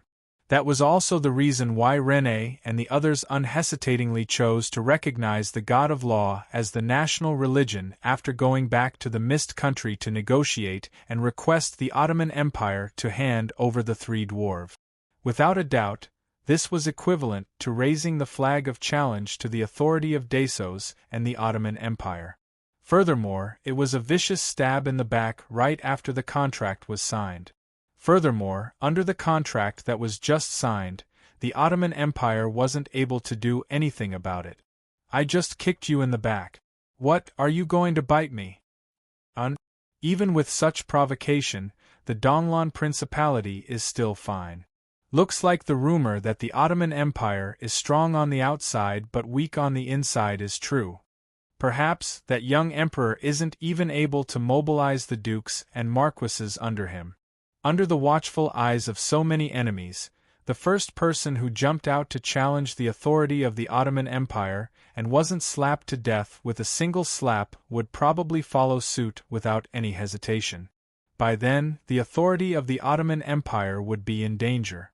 This wasn't my conjecture. The changes in the situation over the past few days had proven everything. I was indeed the one who spread the lyrics, but I wasn't the one who composed the music. After all, I knew my own limitations. Even though my musical talent was stronger than Gria's, it had only evolved from the howl of a banshee to the howl of a lich. The effects of killing people were the same. Perhaps dying slowly would be a form of torture. Since composing the music wasn't something that I was capable of, there were now several variations of the music, such as a bar tune, an opera, and so on. The evolution of the music was far too quick. Without a doubt, there were people who took this opportunity to take action in the dark, intending to deal a heavy blow to Desos's reputation. Desos had the prestige of ascending to the throne and suppressing the 46 countries. How impressive was that? But this was doubtlessly a huge gamble. If he succeeded, the rewards would be tremendous, but it would also bring about a huge backlash. This backlash included both internal and external. Judging from how quickly the music was composed and spread, as well as the high quality of the finished product, there was an 80% chance that it was the work of the major nobles of the Ottoman Empire. It would be difficult for other factions to find so many local musicians and dramatists to adapt the music.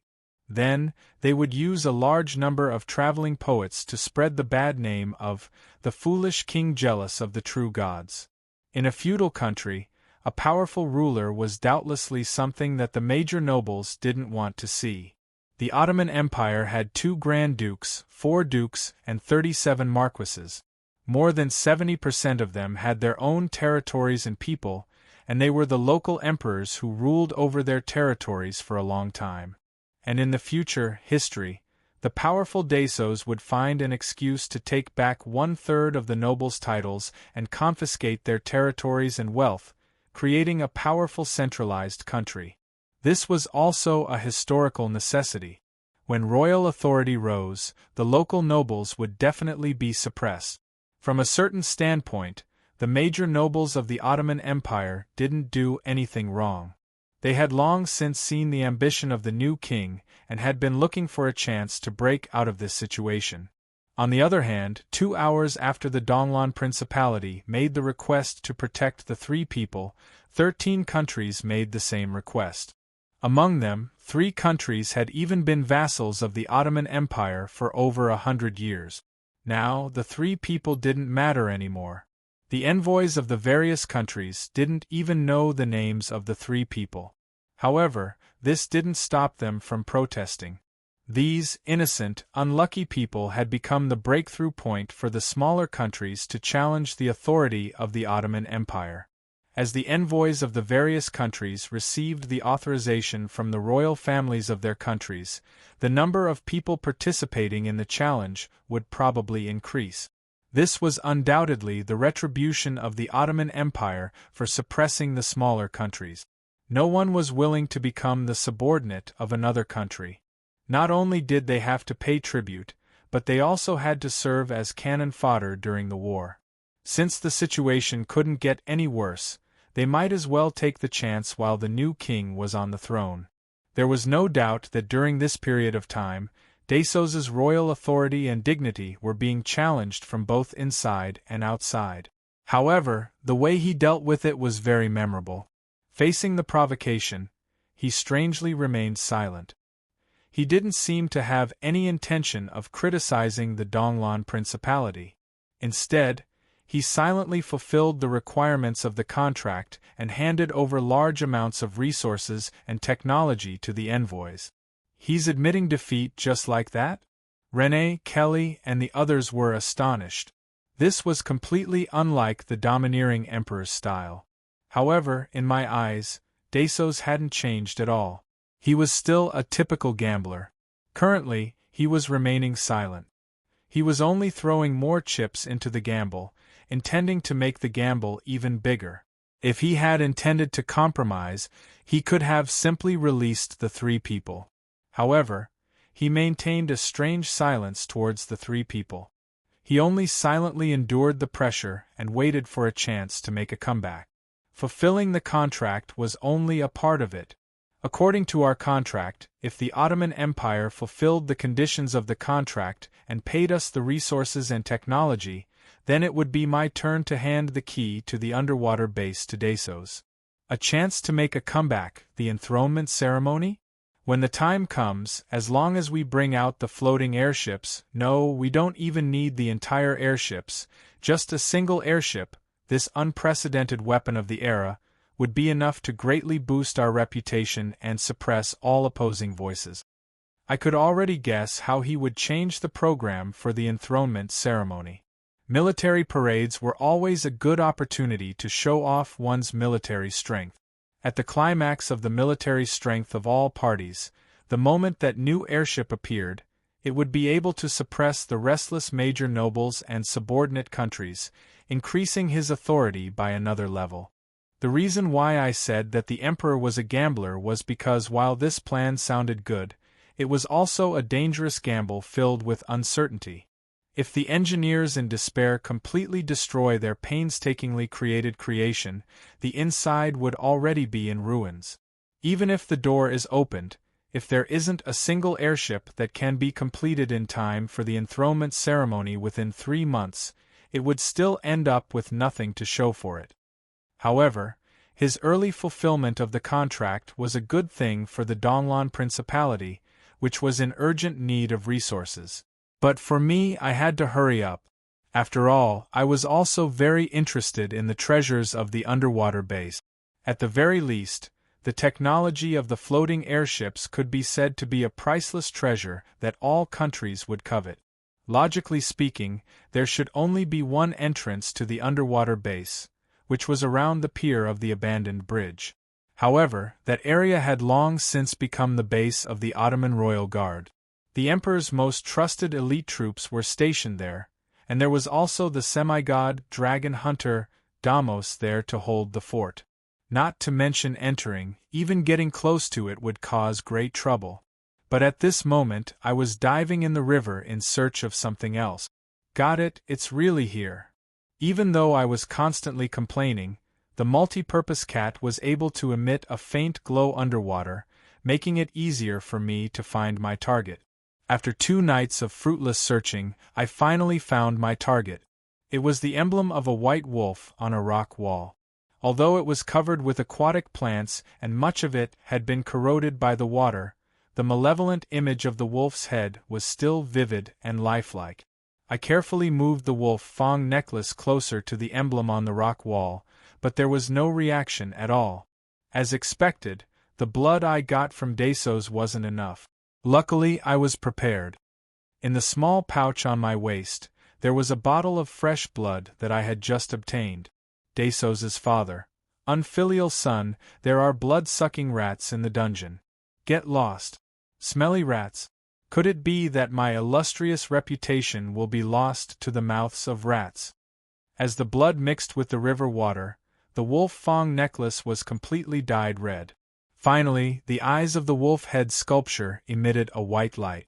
Then, a black hole on the rock wall opened up, causing the water level of the entire river to slightly change.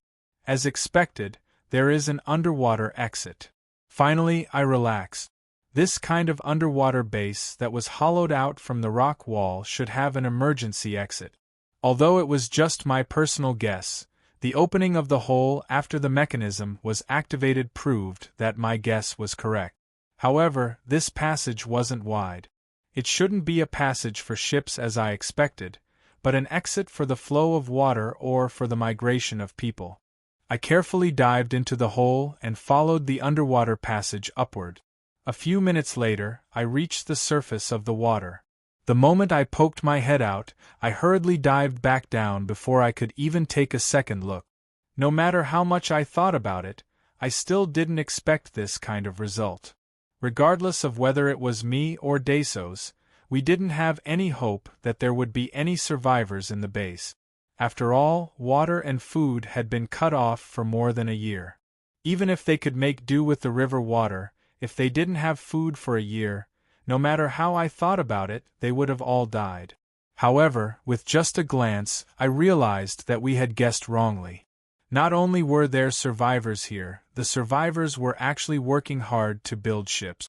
At the pier on the side, there were already 2 medium-sized airships docked. They are actually from the same profession. Looking at the number of low-tier undead, there should be an undead lord among them. Yes, although there were survivors, there weren't any living people. Most of the workers at the pier were skeletons and zombies. However, looking at the flesh on the zombies that hadn't completely decomposed yet, they had just become undead not long ago. Is it Prince Callison? There might be at least a saint-rank Lich among them. That will be difficult to deal with. Even if I ignored the undead, the small-sized and medium-sized magic statues at the pier wouldn't be easy to deal with either.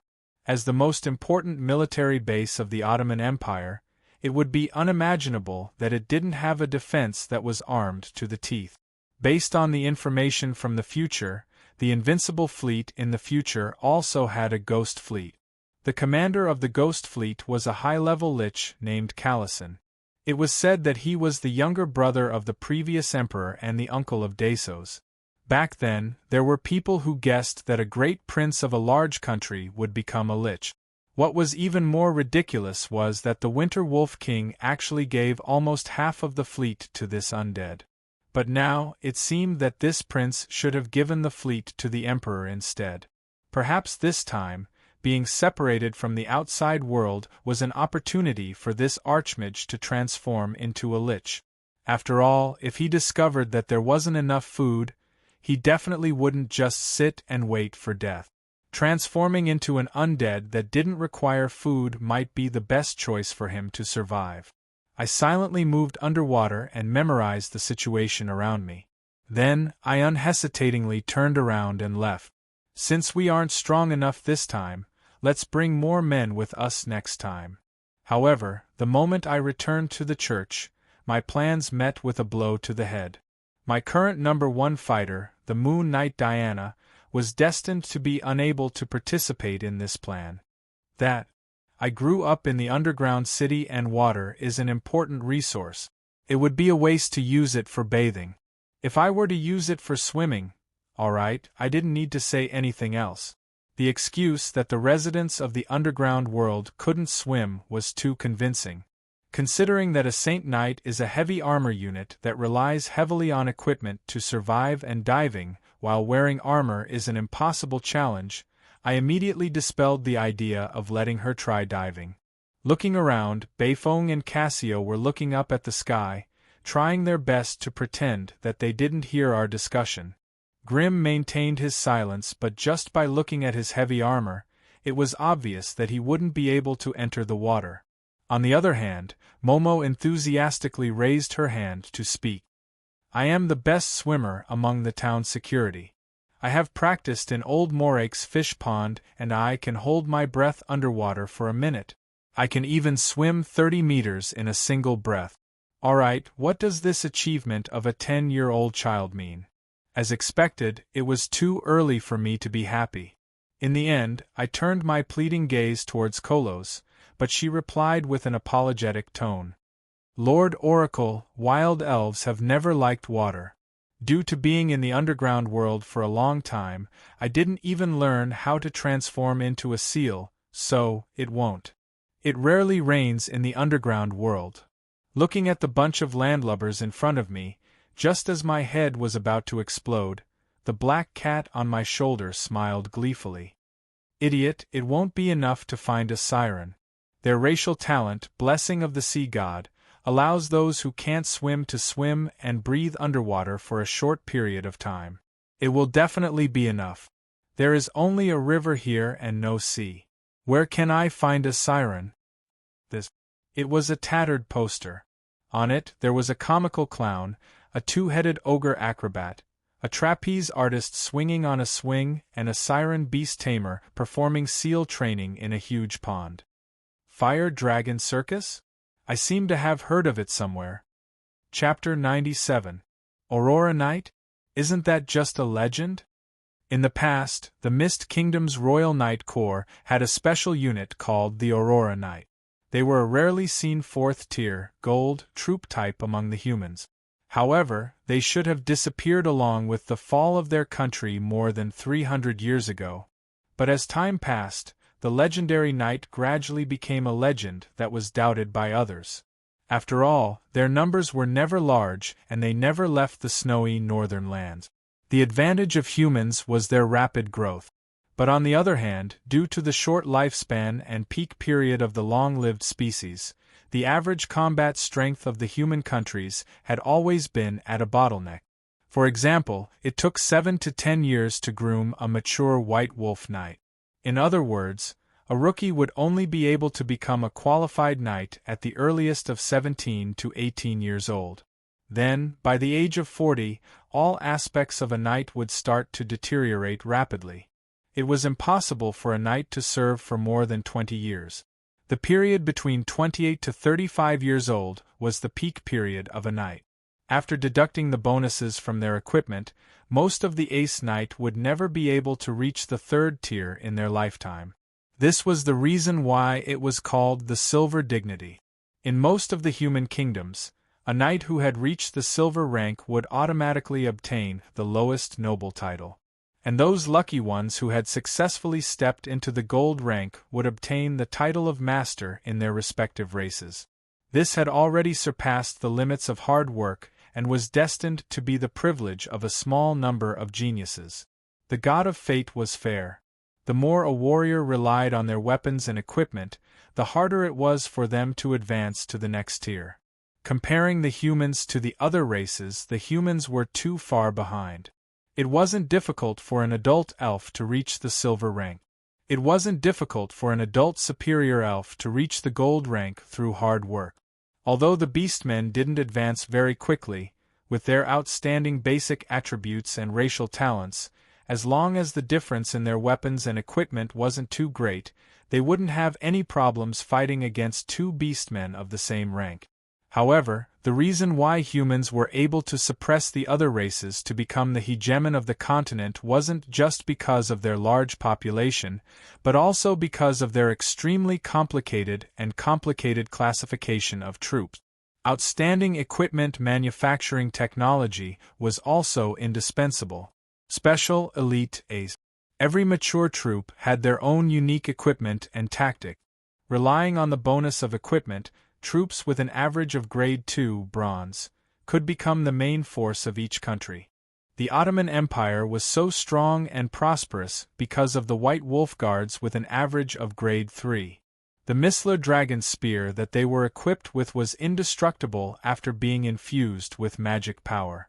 The explosive javelin that could be detonated once could withstand a full-powered blow from a low-tier gold-tier warrior. The explosive sword that had flaming chain-like teeth was a terrifying cutting machine in close combat. With the help of these powerful weapons and the indestructible Mislar light armor, the powerful Ottoman Empire had invested a lot of money into it. That was how the trump card of the light cavalry, which had an average of 3 tiers, was created. The reason why they were light cavalry was because their equipment was too heavy. The existing high-quality warhorses could no longer allow them to wear heavy armor. They could only be equipped with light armor that protected their vitals. Moreover, this light cavalry is famous for being slower than heavy cavalry. This was already the standard of the ace guards of the various super empires. Furthermore, it was the result of the rapid development of alchemy and alloy smelting technology in the past 100 years. However, according to the legends, there was actually a gold-tier heavy-armored knight known as the Aurora Knight in that bitterly cold country 300 years ago. No matter how one looked at it, there was actually a gold-tier heavy-armored knight. The difference between an average gold tier and an average silver tier is like the difference between heaven and earth. What kind of mount and equipment could raise a bronze-tier warrior to the combat power of a gold-tier warrior? Could it be that they are all Dragon Knight? With 100 of such knight, it would be enough to sweep the entire world. However, the other party did send over some information and instructions. They even sent over a set of equipment samples. Furthermore, through preliminary inspection, the complete Aurora Knight has indeed reached the standard of a grade 4. Desos opened his mouth wide and his face was filled with disbelief. Such a powerful weapon of the country was given away just like that?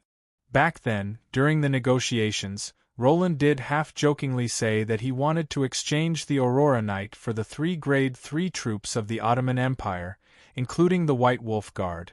However, in reality, the existence of the Aurora Knight had always been doubted.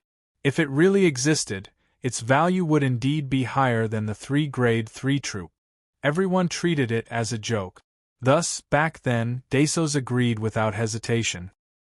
He even said that if he was willing to exchange, he was willing to provide 1,000 sets of equipment samples for each of the 3 troop.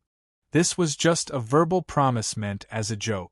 After all, even if the Aurora Knights truly existed, they should have already disappeared in the annals of history. Otherwise, the East Mist communal country wouldn't have suffered defeat after defeat, their national strength constantly declining. But now, the information and equipment samples of the troops were actually sent over. Furthermore, it was during his most difficult period. What kind of situation was this? Was he trying to find a way to express his allegiance? Darsos was overjoyed at once and asked, "Is there anything?" He asked, "Have you done the tests?" Very quickly, when the samples were sent over, Desos's joy turned into coldness. It was indeed a gorgeous armor that was as beautiful as a work of art. It was heavy yet beautiful. The spikes that were spread out were obviously not for the sake of beauty. The cold air around it made one feel the scent of magic. But the equipment was melting and the surroundings were filled with water. Isn't this an ice sculpture? Why is it an equipment? Based on the information that the other party sent over, the armor of the Aurora Knight is made of special ice. We have tested it, and before the special magic dissipates, the hardness of the ice armor is actually 3 times that of our micellar alloy. However, its mass is only a quarter of our micellar alloy. As for the Aurora Knight's mount, it is a spiritual creature known as the Frigid Nightmare. The information clearly states that they have signed a contract with the Mist bloodline. Every 20 years, they will provide a batch of young Aurora Knight as their mount. This kind of accumulation can be accumulated. Over the past 300 years, they have probably accumulated quite a lot. That is to say, the Donlon Principality has at least one trump card, the Knight Core. In an instant, Dasos came to a realization.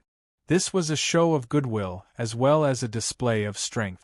The ice armor and spiritual mount of the Aurora Knight were obviously a specialty of the northern lands. They might not even be able to leave their homeland, but if they were to be invaded by a war, no wonder the Allied army formed by more than 10 countries back then suffered heavy losses. Will this ice armor and blueprint be of any help to us? Extremely. Even though there are many flaws, this is probably the pinnacle of what humans can achieve. As long as we can digest these theories, our White Wolf Guard will be able to take another step forward. Who knows, we might even be able to give birth to a new type of troop that is at least Tier 3. Nodding his head, Dasos hesitated for a moment before coming to a conclusion. Give her the information on all the troops other than the White Wolf Guard and promise to give her the information on the White Wolf Guard 3 years later. Also, express sufficient goodwill to open up trade and trade. Right, give those 3 dwarves a better treatment. The reappearance of the Gemini star might allow the Donglon Principality to rise once more. Right, help me ask her if she is willing to have dinner with me. Not long later, while rejecting that embarrassing invitation, I looked at the present that Dasos sent over and smiled in satisfaction. The Aurora Knight does exist, and it is the main force of the Mist Kingdom's Royal Knight Order. However, it is a pity that the altar of the contract with the Frigid Maw tribe is located in the coldest land, the Northern Lands. Currently, it isn't even in the territory of the Mist Kingdom, so it isn't an easy task to bring it back to the world. Actually, this ice armor is a fake product that the Queen of Banshees and I created together. The real extreme chill heavy armor requires the help of the power of Frigid Maw, so it isn't so easy to melt it. In order to prevent the wearer from being frozen into an ice cube, it is necessary to sign a contract with this cold attribute soul creature. The real Aurora Knight is indeed a Tier 4 powerful troop, but in order to fulfill the requirements of the contract, the wearer must be a Tier 3 pinnacle powerful knight. To the other races, the pinnacle of silver rank doesn't mean much. However, to the humans, this is already the pinnacle that mortals may never reach in their entire life. This is also the reason why the Aurora Knight is unable to become a regular unit. However, if a war were to break out, as long as I have 100 Aurora Knights on hand, I wouldn't even bother with 1,000 White Wolf Guards. Of course, with the speed of producing 100 Frigid Nightmares every 20 years, the Aurora Knight Order has never been full. However, just thinking about the 300 years of not fulfilling the contract, there are at least 1,500 Frigid Nightmares waiting for the summons of the Knights in the Northern Lands. I can't help but feel tempted to send my troops to take back that lost territory. As for the information that I provided to the Ottoman Empire, I don't think that they would be able to create the Aurora Knight with just these things alone. The weapon information that they exchanged for could improve the alchemy and industry in Donglon, which has fallen behind this era by nearly 200 years. This is the most important thing. Besides, since I have slapped him in the face, It is time to give him some benefit. The contract isn't omnipotent. It isn't a good thing to completely stand on the opposite side of the Ottoman Empire. The most troublesome enemies are always those whose stances are unclear. On the contrary, it would be easier to deal with them if they really stand on the opposing side. At this moment, I don't have the time to bother about such trivial matters. The group of knight lads in front of me are full of energy, but they are obviously living like princes. Not long after the training started, they are already full of complaint. Hold on for me. After we finish the final training, there will be dinner. Without a doubt, the scene in front of me is a tragedy. Under the pursuit of a pack of wild dogs, the young knight whose hands are tied are squeezing out the last of their stamina to escape from the tiger's mouth. On the other side, Diana is supervising Princess Renee's swordsmanship training. Every single strike of her sword is methodical. The frigid nightmare is indeed a unique product of the northern lands. However, it is a kind of soul being. When the knight that lives together with it dies in battle, if the frigid nightmare doesn't choose to return to the snowy mountain, it will fall into a long slumber. Most of the time, it will reside within the relics of the knight. If such relics were to meet a suitable knight, it is possible for the sleeping soul being to awaken and turn it into a new Aurora knight. If the new generation of knight is related to the old knight by blood, the chances of them being recognized will increase greatly. This is also the only way for the Aurora Knight group to expand its membership outside of the usual supply. I still have quite a few relics of such knight in my hands. Initially, I didn't intend to take them out, but after hearing from Kelly that there are quite a few royal knights who are escorting the royal family here, I was tempted. 5 of them are at the pinnacle of silver and the rest are just at the pinnacle of silver and bronze. This won't do at all. Even though I lack fighting prowess at the moment, if I want to become a glorious Aurora Knight, just relying on my bloodline isn't enough.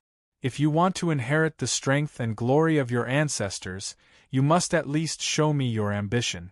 At the very least, you must prove that your life is tough enough. Thus, these few days, the knight's luck is really bad.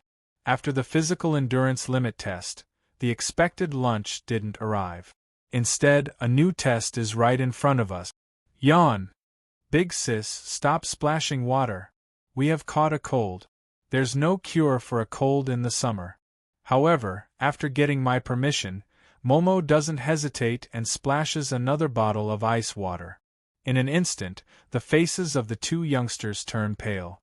Their eyes roll back and they faint. Then, someone pulls them over and paw them to wake them up before throwing them into the ice pool again. The sight before me is really unbearable.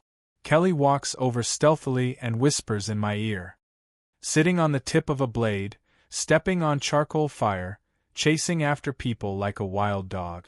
Now, they are drenched in sweat yet they immediately soak in ice water. Is this training method really correct? I only see these children hovering between life and death, but I don't see them improving. Back then, Ferdinand didn't train like this. No matter how they train, in the end, they will still be forced to surpass their own limit. After they hover between life and death a few times, they will break through. Don't worry, back then, I received the purest royal knight training. She nods her head in disbelief. However, just as she turns around and takes a few steps, she seems to have thought of something and hurriedly runs back. I was almost fooled by you. Back then, you became a holy knight at the age of 10. How could you have received the complete royal knight training? At the very most, I only taught you the basics of swordsmanship. Don't worry, I am a legend-rank teacher who taught a semi-god. My teaching method isn't any worse than the traditional one. You can rest assured. Look, didn't Renee break through to bronze rank under my training? Renee's inexplicable breakthrough is indeed great news and an extremely convincing fact. Kelly doesn't say anything else. What she doesn't know is that I am also filled with doubts at this moment. Why isn't she breaking through yet? Didn't that fellow Adam break through for no reason? Why don't we try meditating under the waterfall, fight until we are half dead to understand the universe and tie weights that are heavier than our body weight to test our perseverance. Let's do it one by one. As long as we don't die, we will break through one day. Oh right, bungee jumping is said to be a kind of stimulation to one's potential. There is also the extreme hunger training. I might as well stop them from having dinner for 10 days. One day, and asks Adam why Adam didn't teach her personally, but let her travel alone to train in actual combat after teaching her the basic technique. At that time, Adam hesitated for a long time before replying, not knowing whether to laugh or cry. I really don't know how to teach you. If we were to use the method we used back then, I think that if you aren't a cockroach, you probably won't be able to survive. Oh right, don't ever look for your Uncle Bones to learn martial arts. Also, when he says that word, don't hesitate, run as far as you can. That word. It's new idea. At this moment, I have a brilliant idea. Yawn. Who's talking about me? That's right, little ones, I have a new idea. Let's try to race the horses. You can tie yourselves to the horses and then give them a blow. Let the horses run with you. What? Afraid that you can't keep up? If you can't keep up, just drag it on the ground a few times and you should be able to catch up quickly. Back then, that fool and I used velociraptors. They are much faster than warhorses. It is hard to find velociraptors here, so let's make do with warhorses. We will die, we will definitely die. But it is a pity that the princess has already handed them over to this demon. No matter what, we can only follow to the end. Oh right, I have another good idea. I heard that a tattoo on the chest can stimulate one's potential. Why don't we give it a try? Some years later, whenever the first batch of Aurora Night recalls the past, their faces would be filled with tears, and the moment the word instructor is mentioned, they would tremble reflexively. Some of them would mysteriously carry snacks on them, some would shiver at the sight of dark elves and ice, some would mysteriously catch a cold in the summer and recover in the winter. Among the strongest group of elder knights, the most incredible thing was the tattoos on their chests. Some of them had tattoos of a tiger, some of them had tattoos of a long-nosed elephant, and most of them had tattoos of 7 inexplicable scars. You are already dead. I have no regrets in my life. This is their battle cry that makes their enemies feel despair. The confidence and fearlessness of death in it makes this battle cry become a role model for future generations of Night. In this era where there is a lack of entertainment, especially for commoners, a wandering circus comes to a village, sets up tents, beats gongs and drums, and distributes flyers. That is the town's festival, and it is the happiest time for the children. But for a circus, the roads between towns are often not safe. Furthermore, the daily work is hard, and rich merchants and nobles disdain circus performances for being vulgar. The trend of entertainment focusing on commoners doesn't make much money, so it is often difficult to retain talent. Thus, the history of a normal circus is not long, and it is common to see them disband after 3 to 5 years. Even if they occasionally become popular because of a novel and interesting program, due to the solidification of the business model, they will fall into a predicament in the future and eventually disband. The Fire Dragon Circus is an old circus with a history of 100 years, and just like other once popular stars, it also ushered in its own decline. This time, they were invited to perform in a circus at the enthronement ceremony. This is a good opportunity to become a big circus. If they become famous because of this, they might become a permanent troupe of a certain theater, or a team hired by a great noble for a long time. Then, they would be able to get rid of the shackles of a wandering circus, and completely go ashore. But just as everyone was happily planning for the future, they inexplicably encountered an unexpected disaster. First, the original leader and star trapeze artist, Sangloa, was inexplicably seriously injured in training. Then, a series of training accidents occurred, causing the circus to be temporarily unable to operate. Seeing that the enthronement ceremony was imminent, the competitors, the Federo Circus and the Flying Wings Song and Dance Troupe, came to poach them. 2 of the original 3 pillars were poached, and the remaining siren beast tamer caused a lot of trouble for the circus. Seeing that they can't even perform normally, and the family circus that has been passed down for 3 generations was about to disband, the seriously injured Asangloa almost couldn't take it anymore and directly died. And before he completely fainted, he passed on the responsibility of leader to the immature little Milo. But unfortunately, even though little Milo is working hard to maintain the family business, even though the old members are working hard to perform and taking the initiative to reduce their salaries, the day of disbandment is still uncontrollably approaching day by day. But today is a joyous day. There is actually a rich man who proposed to sponsor the Fire Dragon Circus. Little Milo is simply overjoyed. "Hello, honorable lady, may I know your name? Are you married? Oh, that's great. Can I have dinner with you tonight?" Just as he walked into the large pool, he heard a vigorous voice. Milo frowned. Although the Siren Tracy is the pillar of his circus, her natural charm has also caused a lot of trouble for his circus. "Dear customer, the circus is not open now. Please don't pester the members." Just as he approached, the scene in front of him is very puzzling. The beautiful siren is in a daze at the side, and a half-dragon is chatting with a seal. And at the same time, a blonde holy knight walks over with a smile. "Good day, Lord Milo. I am Roland. There are some things I would like to discuss with you. This concerns a large sum of gold coins. Are you interested?" Chapter 98. A white fox walks out from the shadows. Its stomach rumbles with hunger. It hasn't found any prey for a few days now. The reason? He who is covered in precious fur has met with huge trouble recently. He and his tribesmen have met with the most dangerous enemy. Bang! I found my prey. All right, following the sound of a dwarf's gun, a certain white fox suddenly falls to the ground.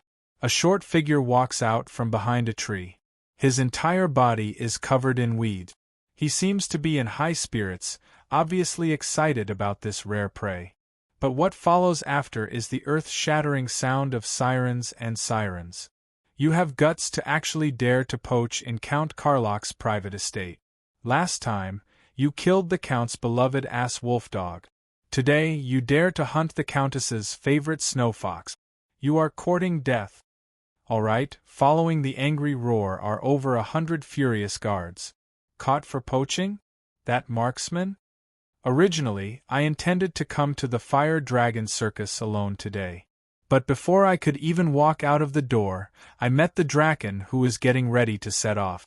Thank you for your care recently. I'm afraid that I will have to leave for a period of time. To be honest, hearing Beifeng's words of farewell, my mood was as though I had eaten 2 caddies of apples in one go. I felt like starting a band in my heart. No matter how high I get, it just wouldn't end. You are leaving? That's great. Cough cough, what a pity. Being stared at by Cassio's resentful eyes, I had no choice but to change my words. There is a grudge that I have to settle. Putting on his windproof cloak, the Draken intends to head out, but Cassio stops him. Big brother, if you have an enemy, just tell me. I will help you. Aren't you treating me as an outsider by going alone? Aren't you treating me as a brother? Casey, it is precisely because I treat you as a brother that I want to drag you into this. This is my personal grudge. There's no need to say any more. I have already made up my mind. I am already clear about the grudge between HHA and that organization. Initially, I was biased towards HDA, but after interacting with you these few days, I realized the value of life. So, I chose that organization. She listened for a long time but did not understand, but the newspaper on the table seemed to be the culprit. The ace hunter of HHA, Happy Hunting Association, Laman's Copperhammer, will be performing his ultimate skill of shooting arrows at the Fire Dragon Circus. All hunters are welcome to come and watch the scenery and exchange hunting experiences. No, absolutely not. It's enough that there's only me in this world. If you join the Benevolence Association, you'll be laughed at by all the hunters. Are you mocking me?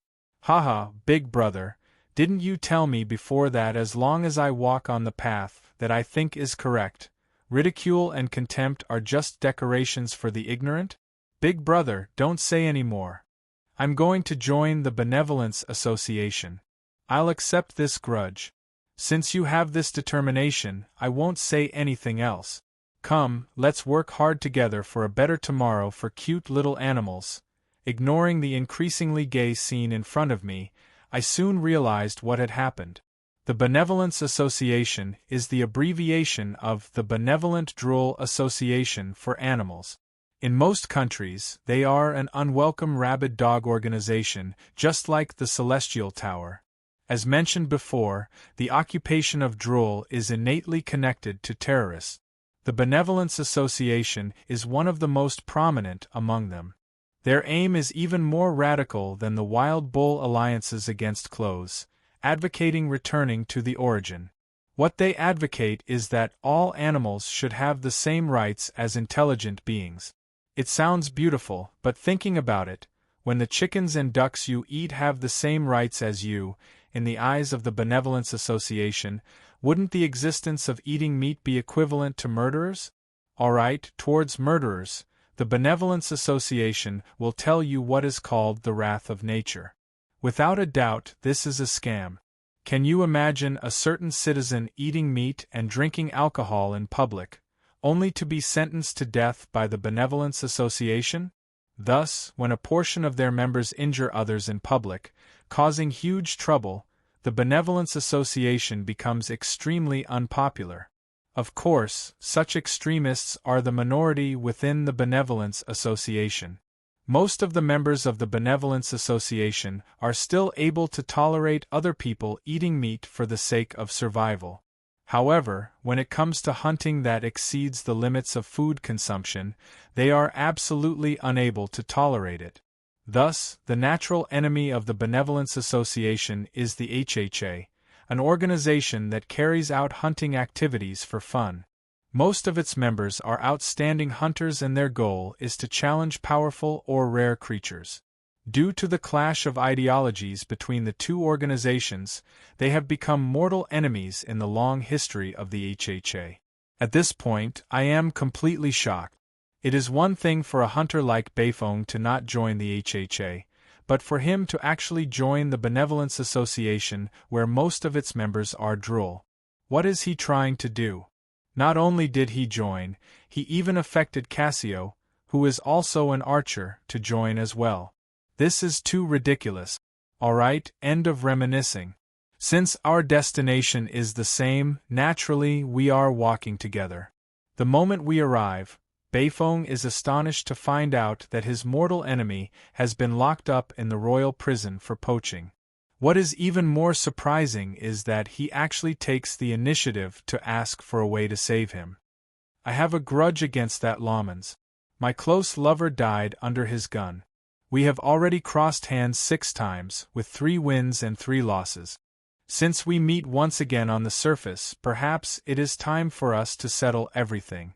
Even if he is destined to be punished for his many evils, I should be the one to personally carry out this divine vengeance and end his sinful life. I won't comment on why your close lover died under the gun of a hunter, but looking at how moved you are, Cassio, I really don't know how I should comment on you. Draken, you should be the Beifong. Heralt that Lawmans mentioned before. This is the first time I have met a man who completely disregards me. You are not bad. Siren Tracy does have the qualifications to say such words. Sirens are the symbol of beauty in myths and legends. The romantic affairs between sirens, sailors and heroes are the undying classics of the bar. The Tracy in front of me is tall and elegant. Her pretty face is filled with a charming aura. Her green scales and dim yellow pupils do not detract from her beauty in the slightest.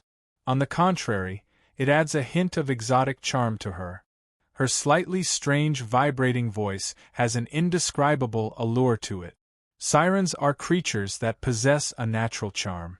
Their singing is able to cause ships to lose their way and cause young sailors to jump into the sea. It is no wonder that she is able to become the most important pillar of the circus. Looking at Cassio's sneaking glances at her from time to time, the icy beauty Tracy is indeed full of charm. Furthermore, this young centaur has yet to walk too far down the wrong path in life. Lamans mentioned me before? What did he say? Are you sure you want me to say it here? There seems to be a child in front of us. The giggling Tracy was indescribably seductive. Cassio was unable to tear his eyes away from her cleavage, while Beifeng's gaze was still on the seal lady. If I were to allow Beifeng to continue pestering me endlessly, there would be no need for me to do anything.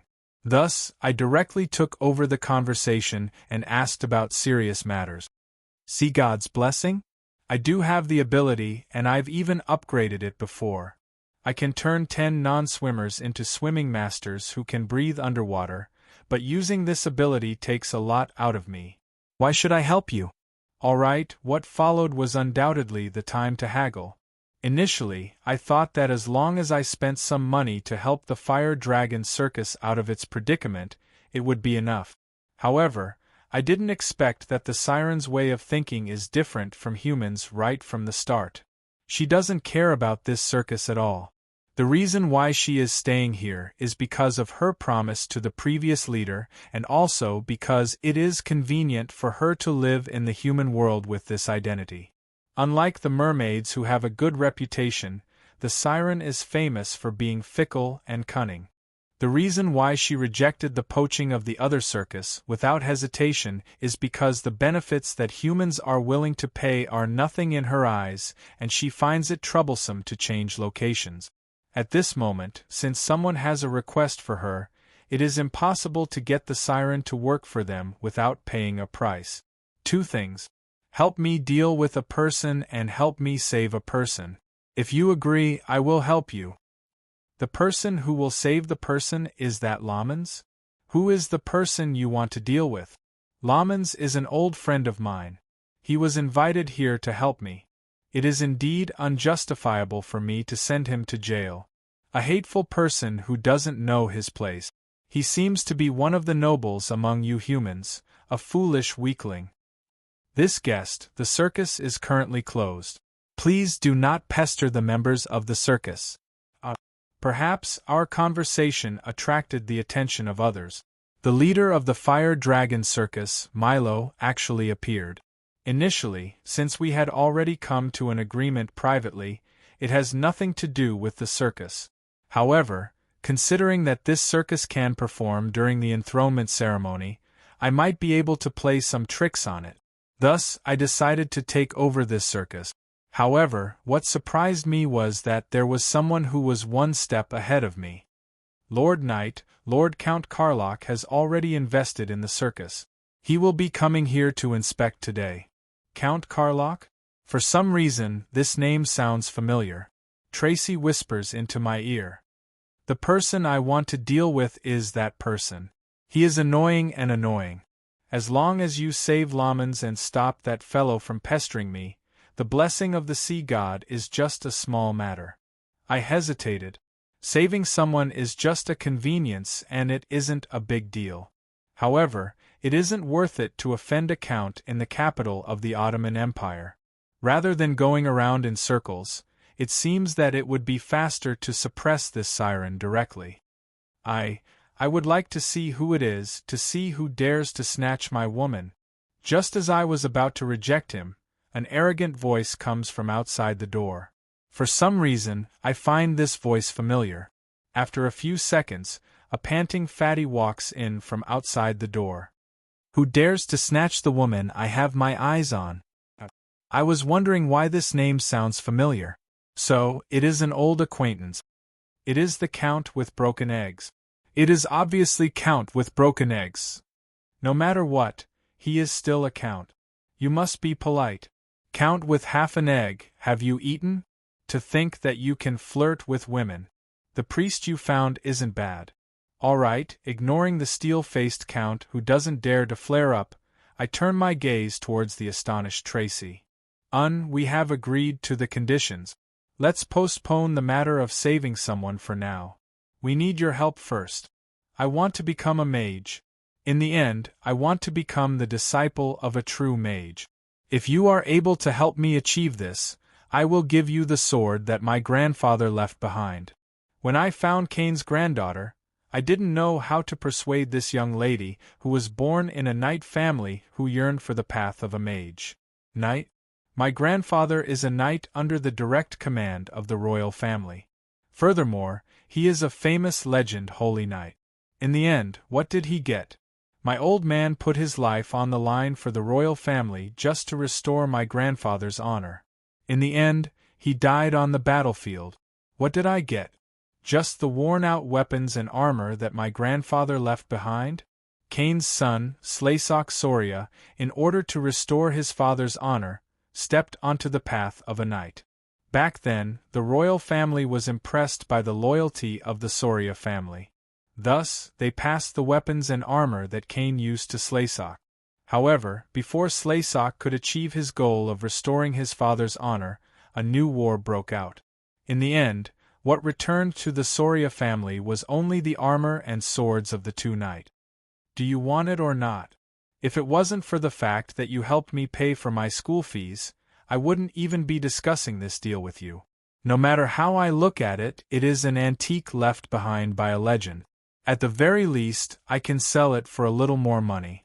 Recalling Cain's Valkyrie, I couldn't help but shake my head. I can understand Kathleen's thoughts. After all, the seniors who pursued the path of a knight didn't end up well. Even if they used to be a knight family, it is understandable for the younger generation to want to change their path. However, to the older generation, it is a little too cruel for the armor and weapons that are the symbol of a knight's honor to be sold off as an antique. Uncle, your equipment isn't too bad. You should have some connections.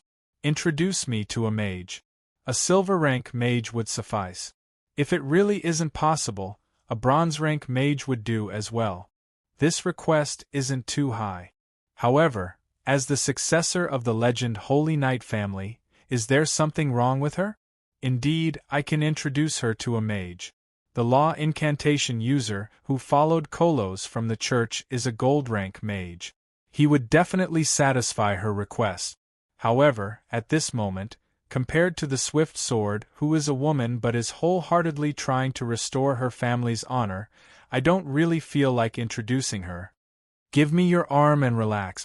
Kathleen does as I say, and the information that comes along with it makes me click my tongue in wonder.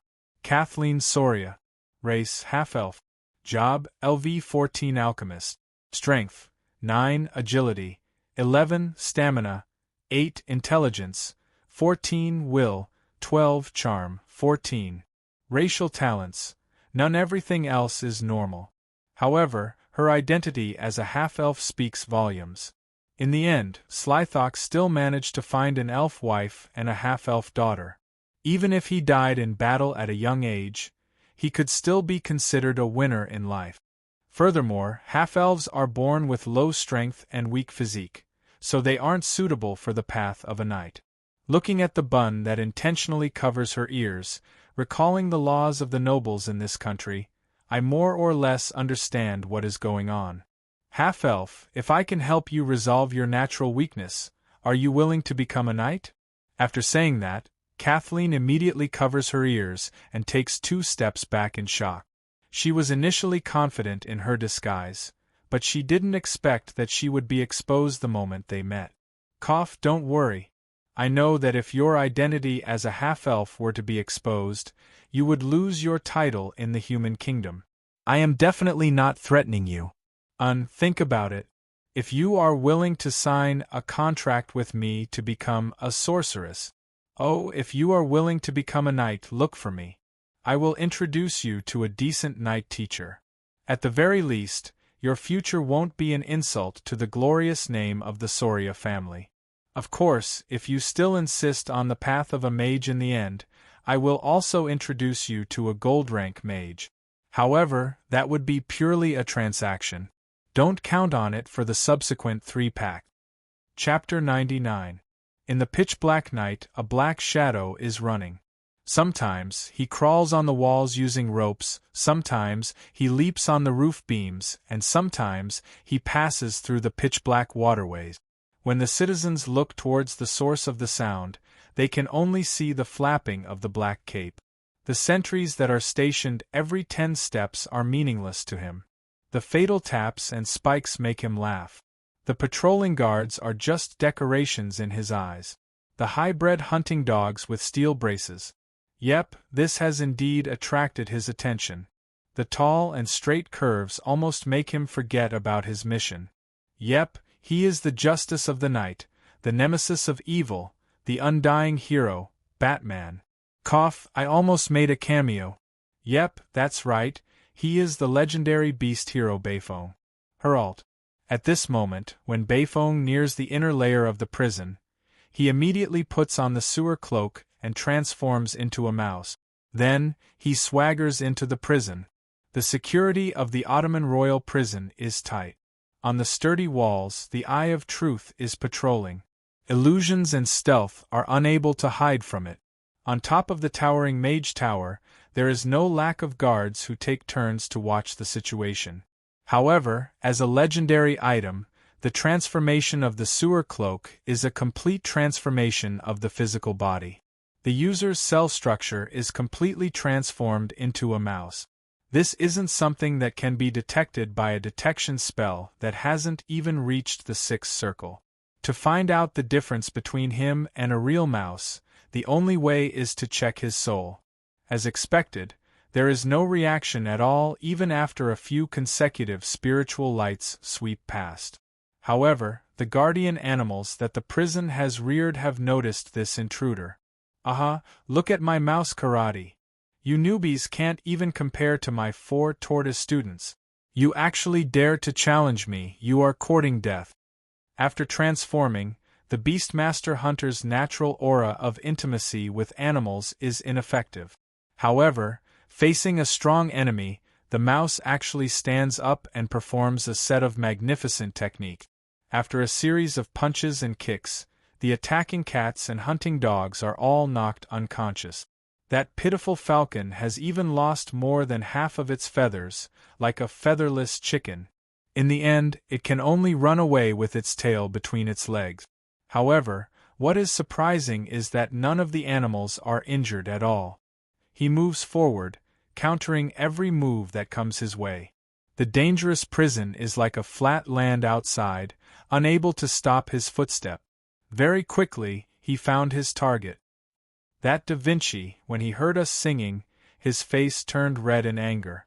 What, not Da Vinci? Oh, come to think of it, his name was Darwin. Not really? Who cares what his name is? In any case, he is just a foolish ruler who is jealous of the virtuous. That's right, let us toast to this foolish ruler's generosity. Cheers to the foolish king's generosity. I remember he was called Uncle Darwin? Cheers. Who cares what his name is? We've already scolded him so much, but he still sends us good food and drinks. Is he born to like being scolded? Ha, well said. Cheers to Darwin who likes to be scolded. Desos was kind enough to increase the treatment of these political prisoners, but it seemed that they did not appreciate it. They enjoyed the good wine and meat, and scolded those who should be scolded. The glasses clashed, and beer foam with a strong aroma of alcohol splattered on the ground, causing the prisoners in the surrounding cages to sigh and drool in pity. However, no one dared to say anything. When they first entered, the prisoners intended to use this opportunity to threaten these dwarves to hand over their rations. However, after a friendly exchange, they knew that these dwarves were not to be trifled with. However, the sudden appearance of a black mouse caused the bustling scene to pause for a moment. Then, the 3 of them drank their wine in silence and lay down to sleep. But in Hoyle's ears, the secret meeting was still going on. Has the date been confirmed? The day of that foolish emperor's coronation? Indeed, most of the combat forces should be on guard during the coronation ceremony. We can indeed cause a huge ruckus. This is our Roland number 88's control device?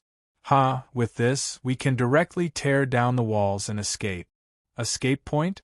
How thoughtful of the arrangement. Lamans? Oh, that gray-haired shield dwarf. I got it, we will bring him out. The password is Autobots, transform and set off. How incomprehensible. However, we got it. As long as we hear this password, we will cause a huge ruckus. Hee, this time, we must let that foolish emperor know that even an old dog has 2 teeth.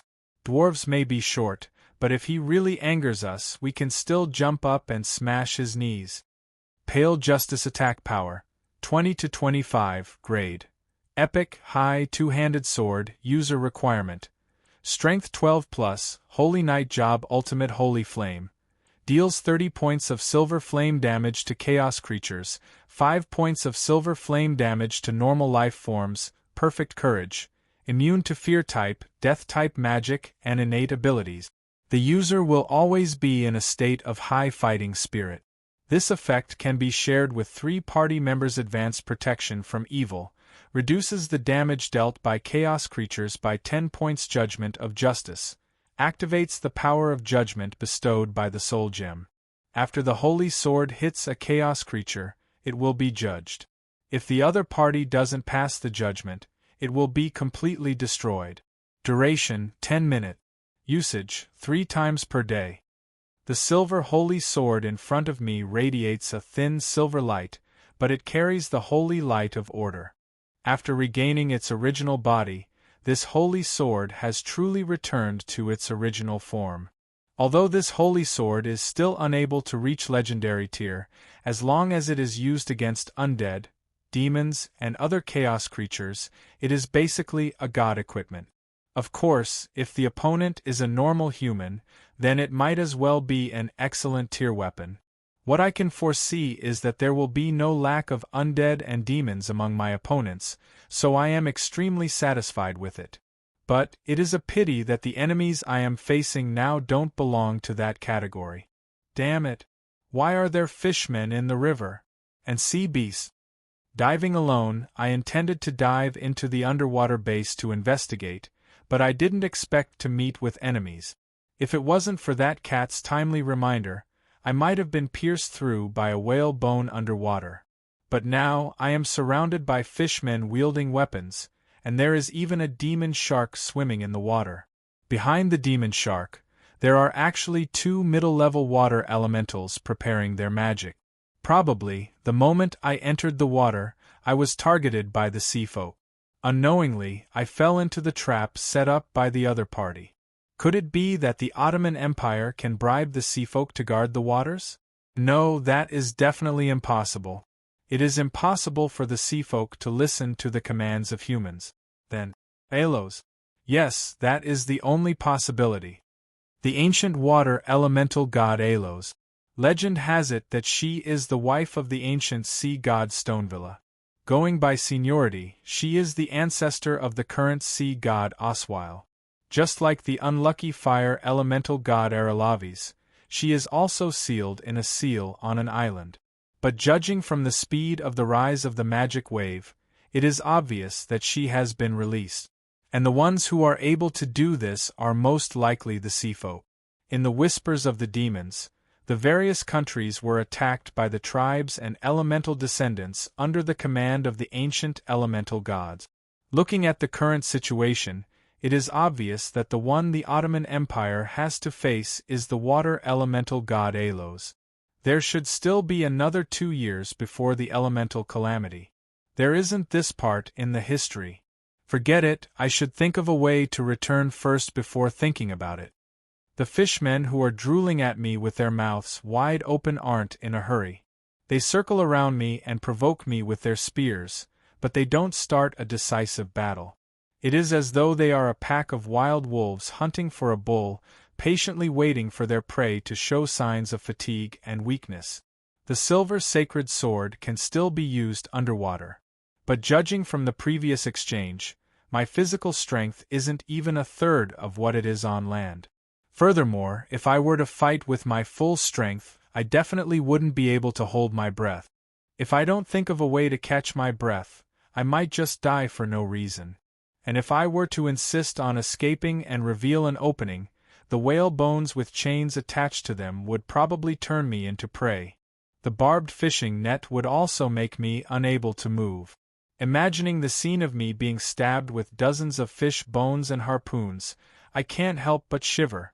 To fight with the seafolk underwater, no matter how I look at it, it seems foolish. I can only try that trump card of mine. Thus, I sheathed my sword and smiled at the fishmen who thought that their prey had given up hope and surrounded me. Incarnation of the sinful demon god. Endless magic power goes berserk. My chaos bloodline causes blue lightning to run amok in my veins. My originally white skin turns into a layer of boiling magma. The flowing blood turns into the surrounding seawater, which evaporates continuously. My green eyes become the focal point of lightning. On my arms and chest, magic runes start to appear mysteriously. At this moment, the Queen of Banshees has already turned into a pitch-black magic sword and is currently enhancing my magic power. The ice magic power causes the surroundings of the sword to start to freeze. Circle of ice. Placing my palms together, the ice magic power instantly erupts. Under the enhancement of my chaos bloodline, the initial 15-meter radius of the circle of ice doubles. Under the water, a flower of ice blooms with me as the core. The ice crystals start to spread under the water. As long as any seafolk touches the ice, they will be stuck and frozen. Freezing breath. The original two-circle magic, frost breath, turns into the more lethal freezing breath. Following the growth of the ice, the freezing breath causes the water to suddenly turn cold. A few seconds later, the eyes of the fishmen who are still able to struggle roll back and they freeze to death. The water elemental who is slightly closer to me even starts to crack. This horrifying scene causes the seafolk at the edge to retreat hurriedly. As for me, I don't have the leisure to look at my spoils of war. My magic skills are too lousy. Even with the enhancement of my chaos bloodline, I still need to chant incantations when using magic. The moment I open my mouth just now, cough cough, cough cough. The moment I climb out of the water, I feel my entire throat convulsing. I can't stop coughing, almost coughing out my stomach juice. Cough cough, I drank a lot of water.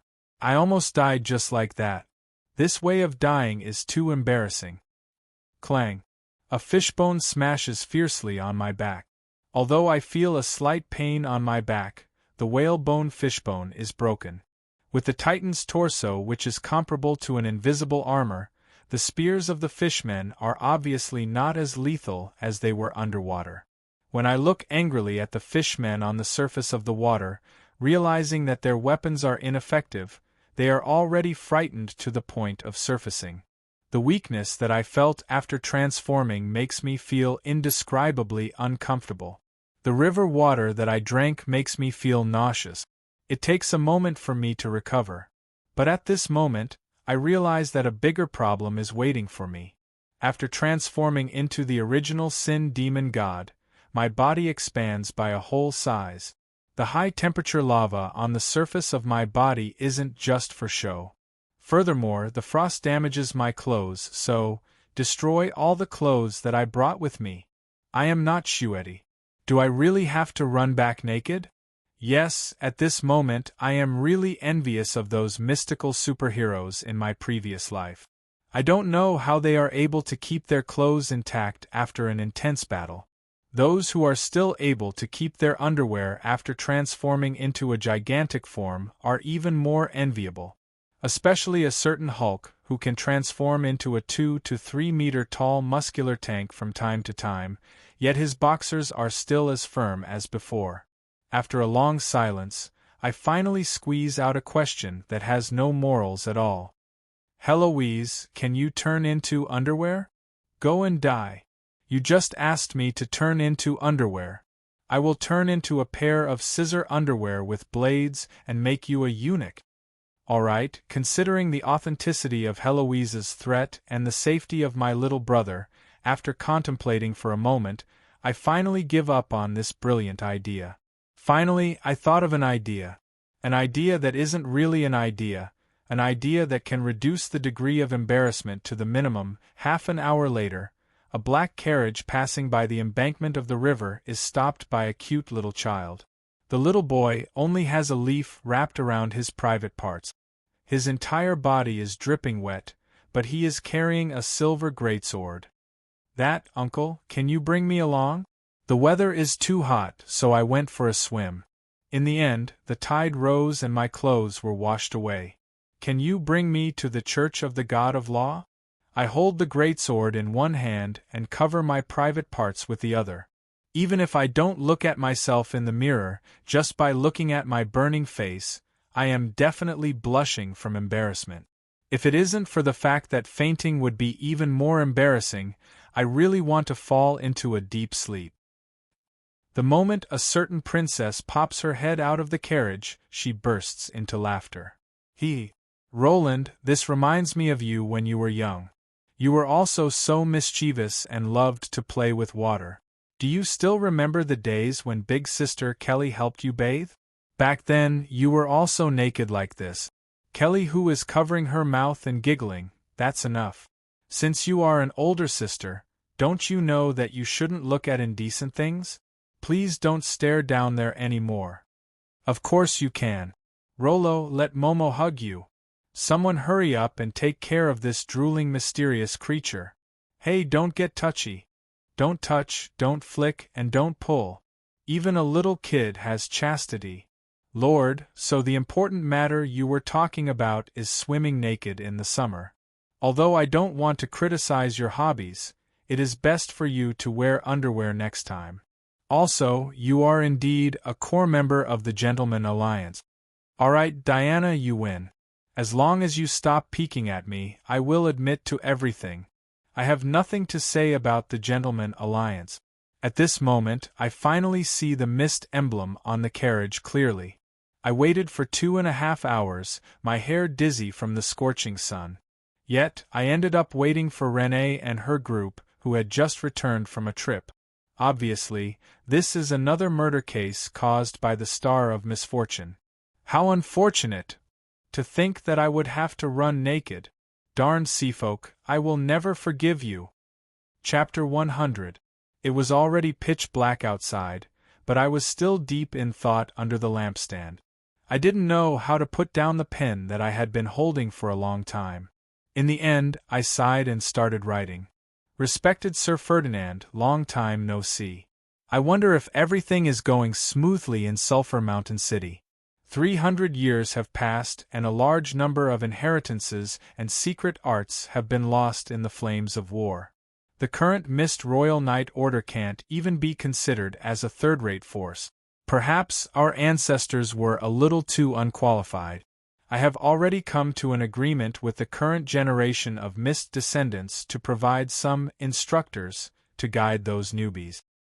After much consideration, I can only rely on you for this matter. Please bring Great Sword Saint Fade, Lucas. The young knight has already come to their senses. To the famous ancestors of the Valkyrie, there is no need to be too concerned about their identity as undead. They just need to be more careful on the road. Since I was writing a letter to my elders, I spent quite a bit of effort on it. Actually, the content was quite simple. I just wanted to send a group of instructors from the Red Hunting Hounds to the Donglan Principality. However, if it wasn't for my personal letter inviting them, old Ferdinand, who felt guilty towards his hometown, would probably never step foot on that icy plains again. But without a doubt, even though he had turned into a skeleton knight, old Ferdinand was still the most suitable general to train new recruits. Perhaps, other than battle techniques, he might be able to impart something more important, such as the experience of 100 battles, tactics and unyielding willpower, such as the spirit of the army represented by that war flag. I look forward to the day when the drums of war sound once more. The young knight will be able to shoulder the glory and responsibility left behind by our ancestors. This matter has to be carried out by you. I sincerely look forward to the day when we meet again in the land of ice and snow. The other letter was much simpler. There was no need to think about the wording at all, and it was straightforward. Donglan has already established the faith of the God of Law as the national religion. It won't make sense for you to hide. You don't need a pope, a complete legal system, a complete church of a true God. This is an opportunity. Once it succeeds, the spread of the faith of law will be saved for decades or even centuries. This is a gamble worth betting on. With the banner of the true God, I don't believe that anyone will dare to stop you from going to Donglan. Using the name of the Church of the True God of Law, the strength I have in my hands can finally be revealed to the world. From a certain perspective, after making this huge bet, when I put down the chips in my hands one by one, I can be considered to be sharing the same fate as the East Mist communal country. The matter regarding the national religion came much earlier than I expected. From a certain standpoint, this was both an opportunity and a challenge. If Donglan were to soar into the sky, the Church of Law would rise along with it. If Donglan were to be destroyed just like that, fine, we could still return to the underground. I sealed the 2 letters with beeswax. After thinking for a moment, I wrote another letter to Adam, who I didn't know was there. When I was done with everything, the last letter that I really didn't want to write, but I had no choice but to put it on the table. Dasos, it seems that you and your country have met with a huge problem. If you don't handle this properly, the Ottoman Empire will become history. Perhaps you think that I am just trying to scare you, but I will have to start from a bunch of fishmen. Indeed, I didn't expect that the ambush on me would lead to so many schemes and troubles. I will have to start from when I returned during the day. At that time, I wore a borrowed cloak and did my best to ignore the ambiguous smiles on the faces of the women in front of me. Instead, I focused my attention on the seafolk that appeared out of nowhere. The seafolk wasn't a single race. It was the collective name for fishmen, merfolk, shrimpmen, sea giants, and other intelligent underwater lifeforms. Most of them lived along the long coastline of the Achi continent. These underwater lifeforms couldn't leave the sea, so they lived in tribes and underwater kingdoms. The deeper the sea, the greater the pressure. The sea monsters in the deep sea were unimaginably strong. The weak were unable to survive in the deep sea. The living space of the seafolk wasn't limitless. There were quite a few scattered fishmen tribes along the coastline. However, as they couldn't leave the water for too long, they posed a limited threat to the lifeforms on land. In fact, their threat couldn't even compare to the invasion of a neighboring country. However, due to the aggressive nature of the seafolk, they basically had a natural hostile relationship with the various countries on the continent. Thus, even if I were to meet a red dragon in the river, I would still find it understandable. However, to meet a clearly organized seafolk was inconceivable. As the capital of the Ottoman Empire, just by looking at the surface of the river, Kajisi city wasn't completely defenseless. It was completely unimaginable that there would be a fishmen tribe living in the river.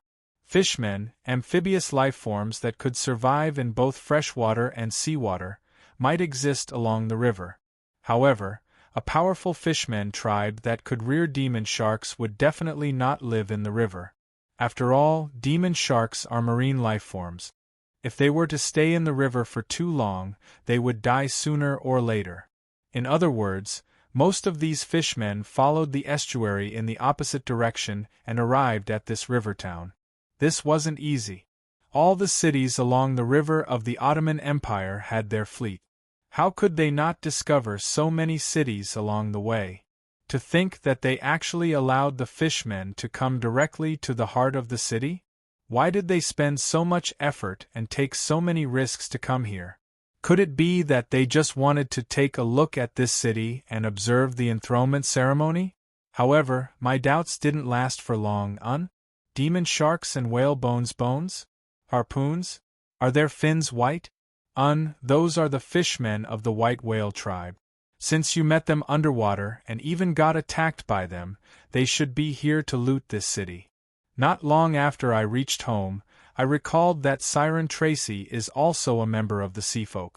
It is said that sirens have a high standing among the Seafolk. She might know something, so I sent someone to invite her over. In the end, just as I spoke a few words, the other party dropped a heavy bomb on me. Loot this city? Loot the capital of the Ottoman Empire? Has that tribe gone mad? They're not crazy. In the entire southern bay area of the Black Sea, The white whale tribe is one of the top 3 super tribes. The murlocs are only their vanguard. Depending on the strength of their prey, the sea snake tribe, naga tribe, and sea giants will all come later. There might even be mermaids and sirens. However, it is impossible for them to attack the city. This is equivalent to offending the entire empire. Aren't they afraid of being surrounded by the fleets? You don't understand the seafolk at all. To the seafolk, they don't have to worry about offending anyone. The white whale tribe is a famous hunting tribe, as well as a mercenary tribe. They can just leave after they have harvested enough. It is impossible for the continent races to catch up to them. Besides, do you think that without anyone guiding them, they would be able to come to this city directly? After pondering for a moment, I could smell the scent of a conspiracy. The fleets along the way didn't notice them? Most probably, someone is controlling the fleets and pretending not to see them. Or perhaps, the seafolk might as well attach themselves to a normal merchant ship and have a smooth journey. As for the motive? That is even more obvious. If the capital were to be attacked by outsiders on the same day as the inauguration ceremony of the new emperor, Dasos's position as the emperor would be shaken. Tracy says with a face full of disdain. That darned fatty is involved in this plan. Since he is so afraid of you, you can go and ask him. Lord Eggbreaker? He is involved in it too. I am the liaison sent by the white whale tribe. However, he kept pestering me, making me unhappy. So, I placed a charm curse on him, causing him to unknowingly do something foolish and become a eunuch. However, the weird thing is that he seems to have recovered. Alright, everyone's eyeballs almost popped out. The Tracy in front of me actually didn't deny that she is a spy for the seafolk. The nonsensical mission that I accepted back then is actually related to her. However, the plan seems to have failed, so I took the opportunity to leave the white whale tribe. Failed? Isn't it already a success? The other group of people I was in contact with was suddenly killed, and their lair was also burned. Without the guidance of humans, it is impossible for the white whale tribe to come to this city through the waterway. Furthermore, they wouldn't care about the reason for the failure. If I were to return to the tribe as a failure, I would only become the seasoning for the tribe chief's afternoon tea. Clutching my forehead, I vaguely guessed what had happened. Right, those people who contacted me are wearing rings with stars and eyes on them. Many clues are placed in front of me. Just by thinking about it, I understand what happened. Just like how Dasos is guarding against the Celestial Tower who helped him rise to power, the Celestial Tower isn't completely on Dasos's side. They colluded with the white whale tribe and the nobles who are against Dasos. Clearly, they are betting on both sides. If Dasos were to cooperate with them obediently, the assault of the seafolk might not have happened. However, it is apparent that the remnants of the Celestial Tower intend to fight to the death with Dasos after all of their members were listed as wanted criminals. Those people actually dare to send the white whale tribe to attack the coastline. However, they don't know that after that Lord awakens, the seafolk is at least 3 times stronger than before. When the huge wave hits, they are unable to stop the waves from breaking through their defenses. When the white whale tribe's flood dissipates, how many of them will be able to survive? Alos. Hearing this name, Tullius is taken aback for a moment before nodding his head silently. The seafolk are no longer the seafolk of the past. Under the will of that Lord and the Queen of Storms, all of the seafolk are thirsting for the fresh blood and souls of the creatures on the surface. That is what they rely on to curry favor with their superiors. In the coastal waters, under the guidance of the Great Existence, various departments are working together. I'm afraid that war is unavoidable. The Queen of Storms is the guardian god of the seafolk, but she is also one of the malevolent gods of chaos. Obviously, under the incitement of the ancient water elemental god, under the summons of the holy war, and after many years of fighting with the surface creatures, the seafolk have already gotten rid of their neutral identity and started to lean towards the side of chaos. Once this assault really starts, no, looking at the current situation, the assault of the white whale tribe is bound to happen. I'm afraid that it will immediately exceed the expectations of the nobles, turning a small-scale assault into a war between nations. Unlike them, I have many friends in the human world. I'm afraid that those fellows didn't trust me from the start. Who knows, that Count might have other motives for approaching me. Why didn't you say so earlier? I've already defected and I don't dare to return to the sea. My source of information has long been cut off. Isn't this the same as not confirming the authenticity of the invasion? How should I say it? Who should I say it to? Now that even the vanguard troops have been seen, I can tell you directly now. After that, how you deal with it is up to you humans, it has nothing to do with me. I'm alone and I'm of a different race. Both sides won't trust me. A fence-sitter will only offend both sides at the same time. I can't do anything about it and I don't intend to. After finishing her words, the siren has a relaxed expression. However, the listeners are helpless. She is relaxed, but this troublesome ball has been kicked onto someone else's head. Back then, we discussed for a long time, but in the end we were unable to come to a conclusion. Regardless of whether it is the strategy to deal with the invasion or the veracity of the siren's words. Yes, even though she seems extremely calm and took the initiative to reveal a series of secrets, we still suspect her. Regardless of whether it is the legends or reality, the siren isn't a kind and honest creature. Her taking the initiative to confess made us suspect that there was a trap. Furthermore, I keep feeling a subtle sense of incongruity, as though I have missed out on something very important. Dusk had fallen, and my spies had just returned. Is there any new news? The black cat jumps onto the windowsill. She has been faking a nap by the table, but the 4 clones that she has spread out are omnipresent spies. The residents of the Siren and the riverside are all within her range of surveillance. Yes, that Siren is indeed untrustworthy. At least, she isn't as indifferent as she claims.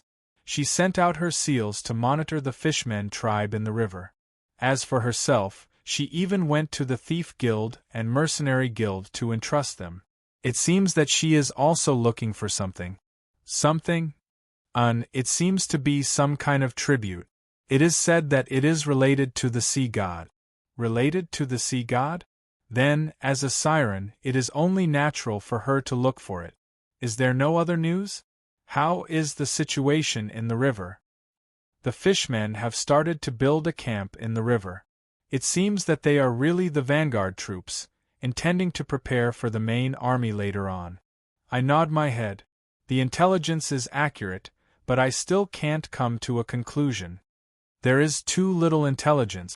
Our understanding of this country and the seafolk is too little. Cough, Roland, I have guessed it. Do you want to know? You can eat dried fish and milk until you are full. Alright, I am just joking. I know that you are not a cat. Don't bite me, just say it. As though enjoying my headache, the gleeful cat walks back and forth on the windowsill, her tail sticking up to the sky. My foolish disciple, it is actually very simple. Benefits. The seafolk aren't a charity organization. Taking such a huge risk to attack the capital of a country, how can it be possible without sufficient benefits? Also, the water elemental god isn't the guardian of the seafolk. With them working together, the water elementals and the fishmen have become one family. How can it be possible without sufficient benefits? You are saying, damn it, this game is really big. Under the cat's depiction, a water elemental disintegrates in the air, turning into a drizzle. In the rain, a group of wooden figures representing the fishmen are advancing. With the help of the water elemental god Alos, the seafolk are about to reach the shore? From a magical perspective, it makes sense. Such benefits are enough to drive the seafolk crazy. Perhaps, this time, the Ottoman Empire is really in deep trouble.